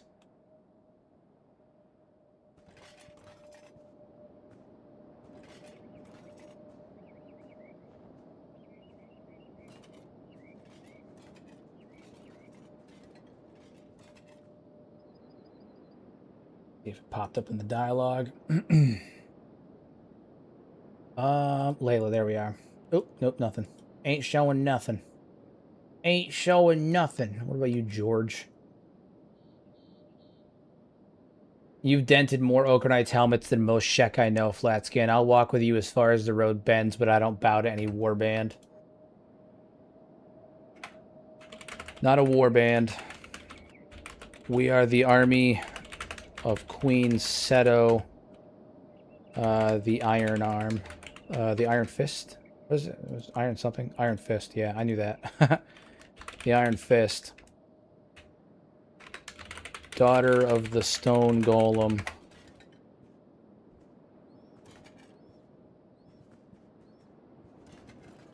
Not a warband. Not a warband. This battle rekindles the Shek's fire for blood. It's true. It's true.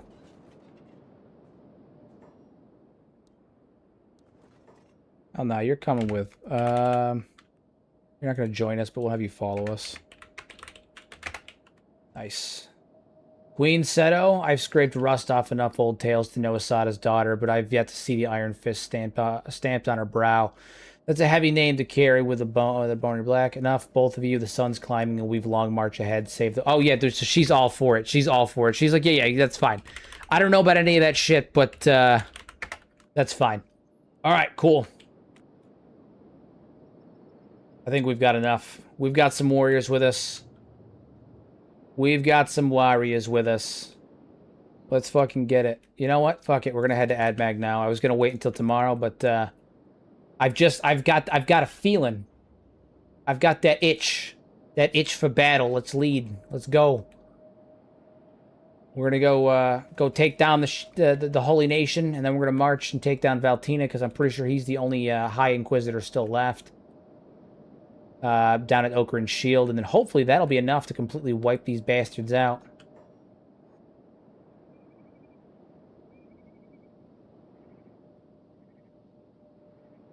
The call for battle rekindles the fire of them. Oh yeah, okay, all right.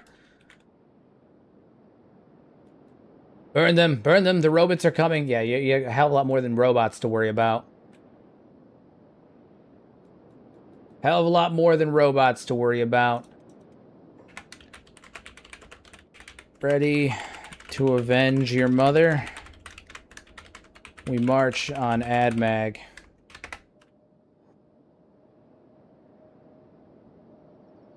See what she has to say.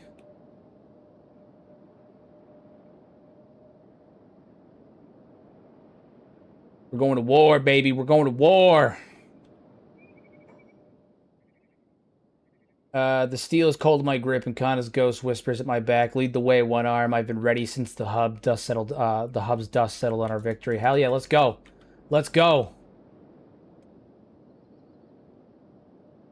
It's going. It's going. Alright, hold on. Warriors! On Admag.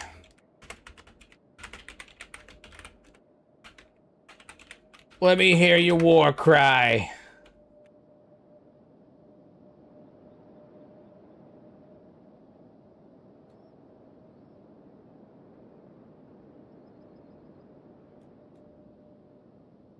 It's about to go down. Beep. Re. We got a re and we got a beep. Beep just beeped. For the new kingdom, crush the flat-skinned dogs. Hell yeah. Hell yeah, it's happening. My axe thirsts, let them taste Shek's steel.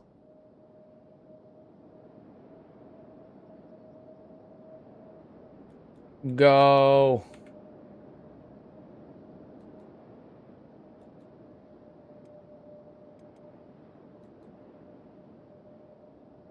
I plan on having... I mean, Riku's guarding Seto. Riku's guarding Seto.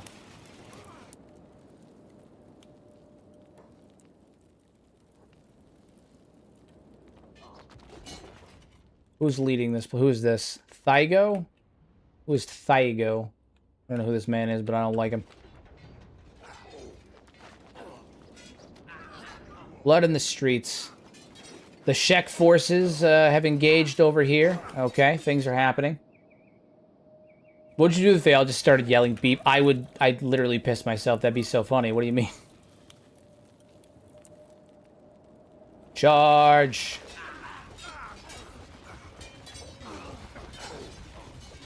Charge them all! Charge them all!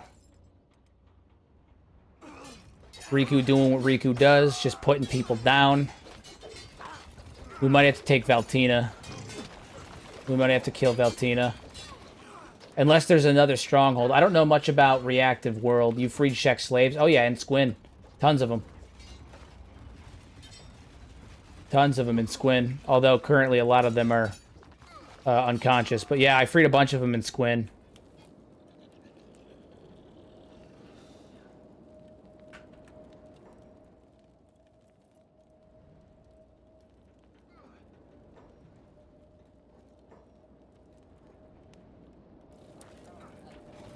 Kill everybody.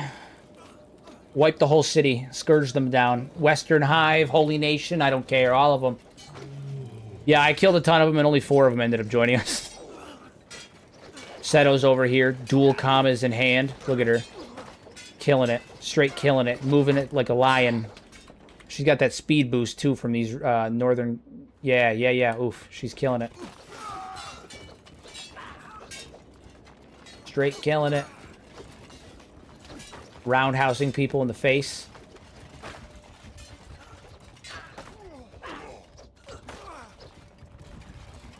Then, after the Shek Kingdom has destroyed the Holy Nation, we're on to the United Cities. Get some justice for... first we'll have to take down the Hive, the Fogmen. And then we're on to the United Cities to establish Shek supremacy. The new Shek Kingdom will suffer no inferiors. They stood idle long enough. Did you guys see that downward fucking slash that Benson just did? My God.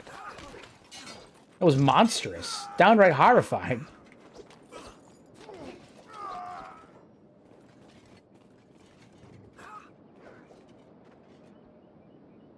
Absolutely fucking crushing it. Killing every single one of them. What's Toji doing? He's doing. How's Steve doing? Because we need food. Okay, so we've eaten a lot of food. Jesus Christ, we've gone through so much food.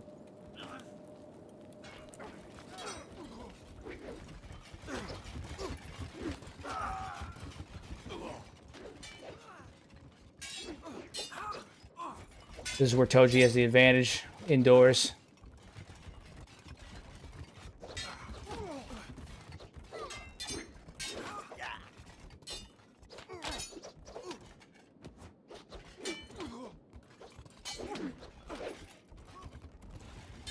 Nice. Oh, damn, Riku's up here, too. It's happening.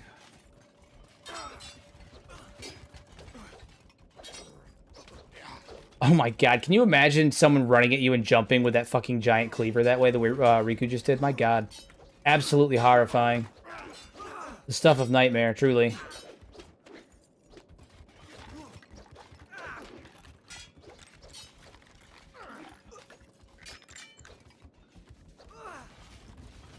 You're goddamn right you're free. You're all free.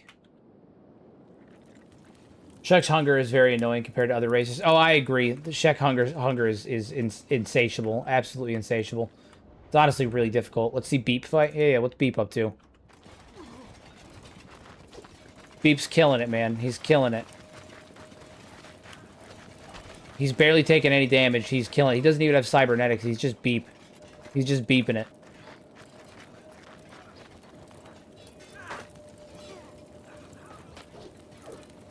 He's got that flourish too, because he's using the foreign saber. Yeah, he's using the Meito foreign saber, so he's got that flourish, that street flourish.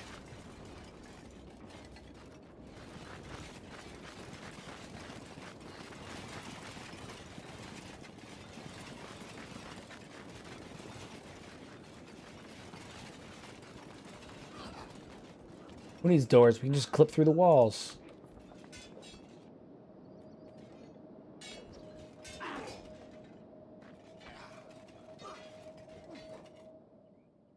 Kill them too.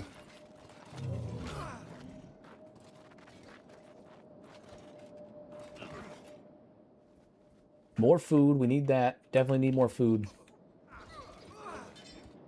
We're gonna have to do some food raids here in a second. Any of these pack bulls or anything like that, we'll have Beep gather them up.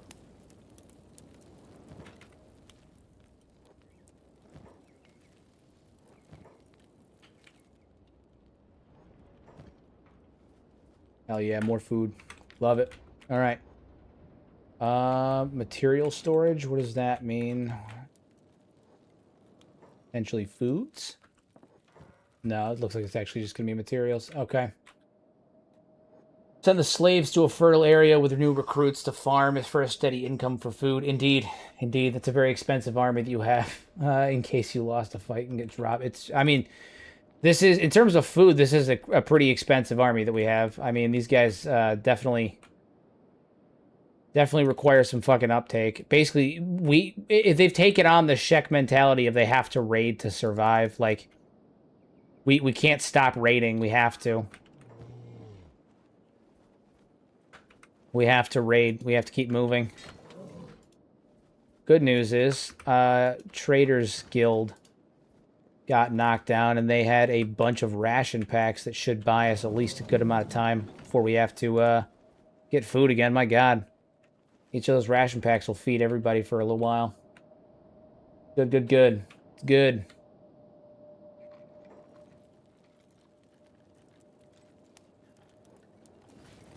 Continue fighting.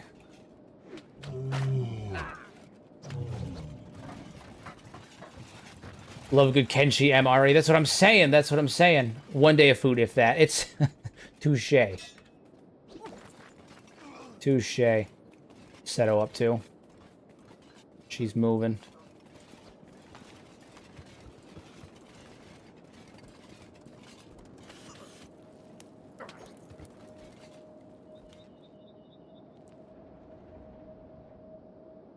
All right, now we are going to kick it on 5 times and just let the chaos play out for a minute.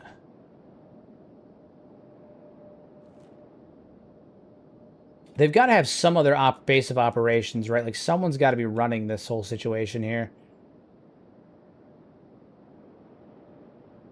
Yeah, someone's got to be running this whole situation here, because we've been to the Hub, Squin, and Admag, and there's no Inquisitor running it that we can see. So I want to know what's up with that. Got to be something that we're missing here. Probably Oakran shield, to be honest with you. I know that this is still controlled by Valtina. I don't know what the full setup with Reactive World is for it, so...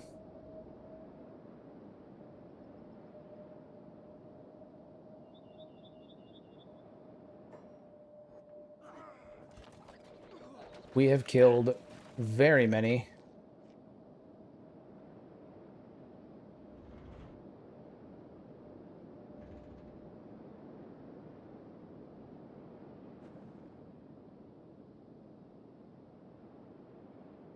Fully wipe this place out.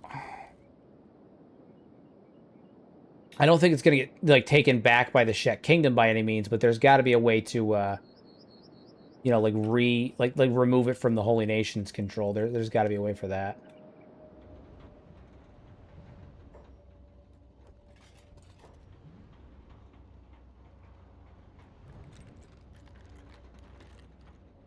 What time is it? It is 45. Okay. How many people do we own? Well, I mean, we have in the squad 46 people. 46 people. Loma, Bone. We've a couple of our servants have like the slaves that we freed have dropped, but same deal. We're kind of in a position where we may have to just keep moving.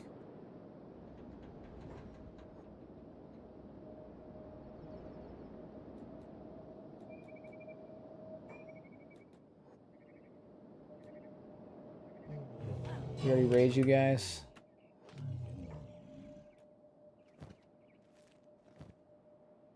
Nope. Take those. Deep, get down here, good buddy. Nice, more food. We love that. We love good amounts of food. Good, good, good. Okay, well, I think that's a good spot to call it for the night. We have successfully taken the hub, Squin, and Admag. We've attacked them, we've sieged them, we've killed a good number of their men. I need to do a little bit of research on Reactive World to see what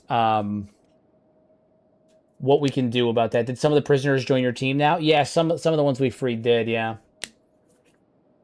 Yeah, some of them did. But I think that's all the time I've got, guys. I have to get to the gym. I'm already running a little late because I got excited about the attack on Admag. So, all right, guys. I will be back tomorrow as usual. I sincerely appreciate you guys coming to hang out with me. If you guys have any more lore questions, do bring them tomorrow. I'll be back on 8:30 p.m. Eastern Standard Time. I appreciate everybody who popped in. I appreciate those of you guys who, you know, donated or gave any memberships or subbed on Twitch or any of that stuff, guys. It sincerely helps. You know, this is my full-time job now. I'm trying really hard to pump out as much content for you guys as possible. So anything helps. You know, I much appreciate it, guys. As always, I will see you tomorrow. Use your powers for good instead of evil. Make a difference in somebody's life. And all hail Queen Seto and the new Shek Kingdom.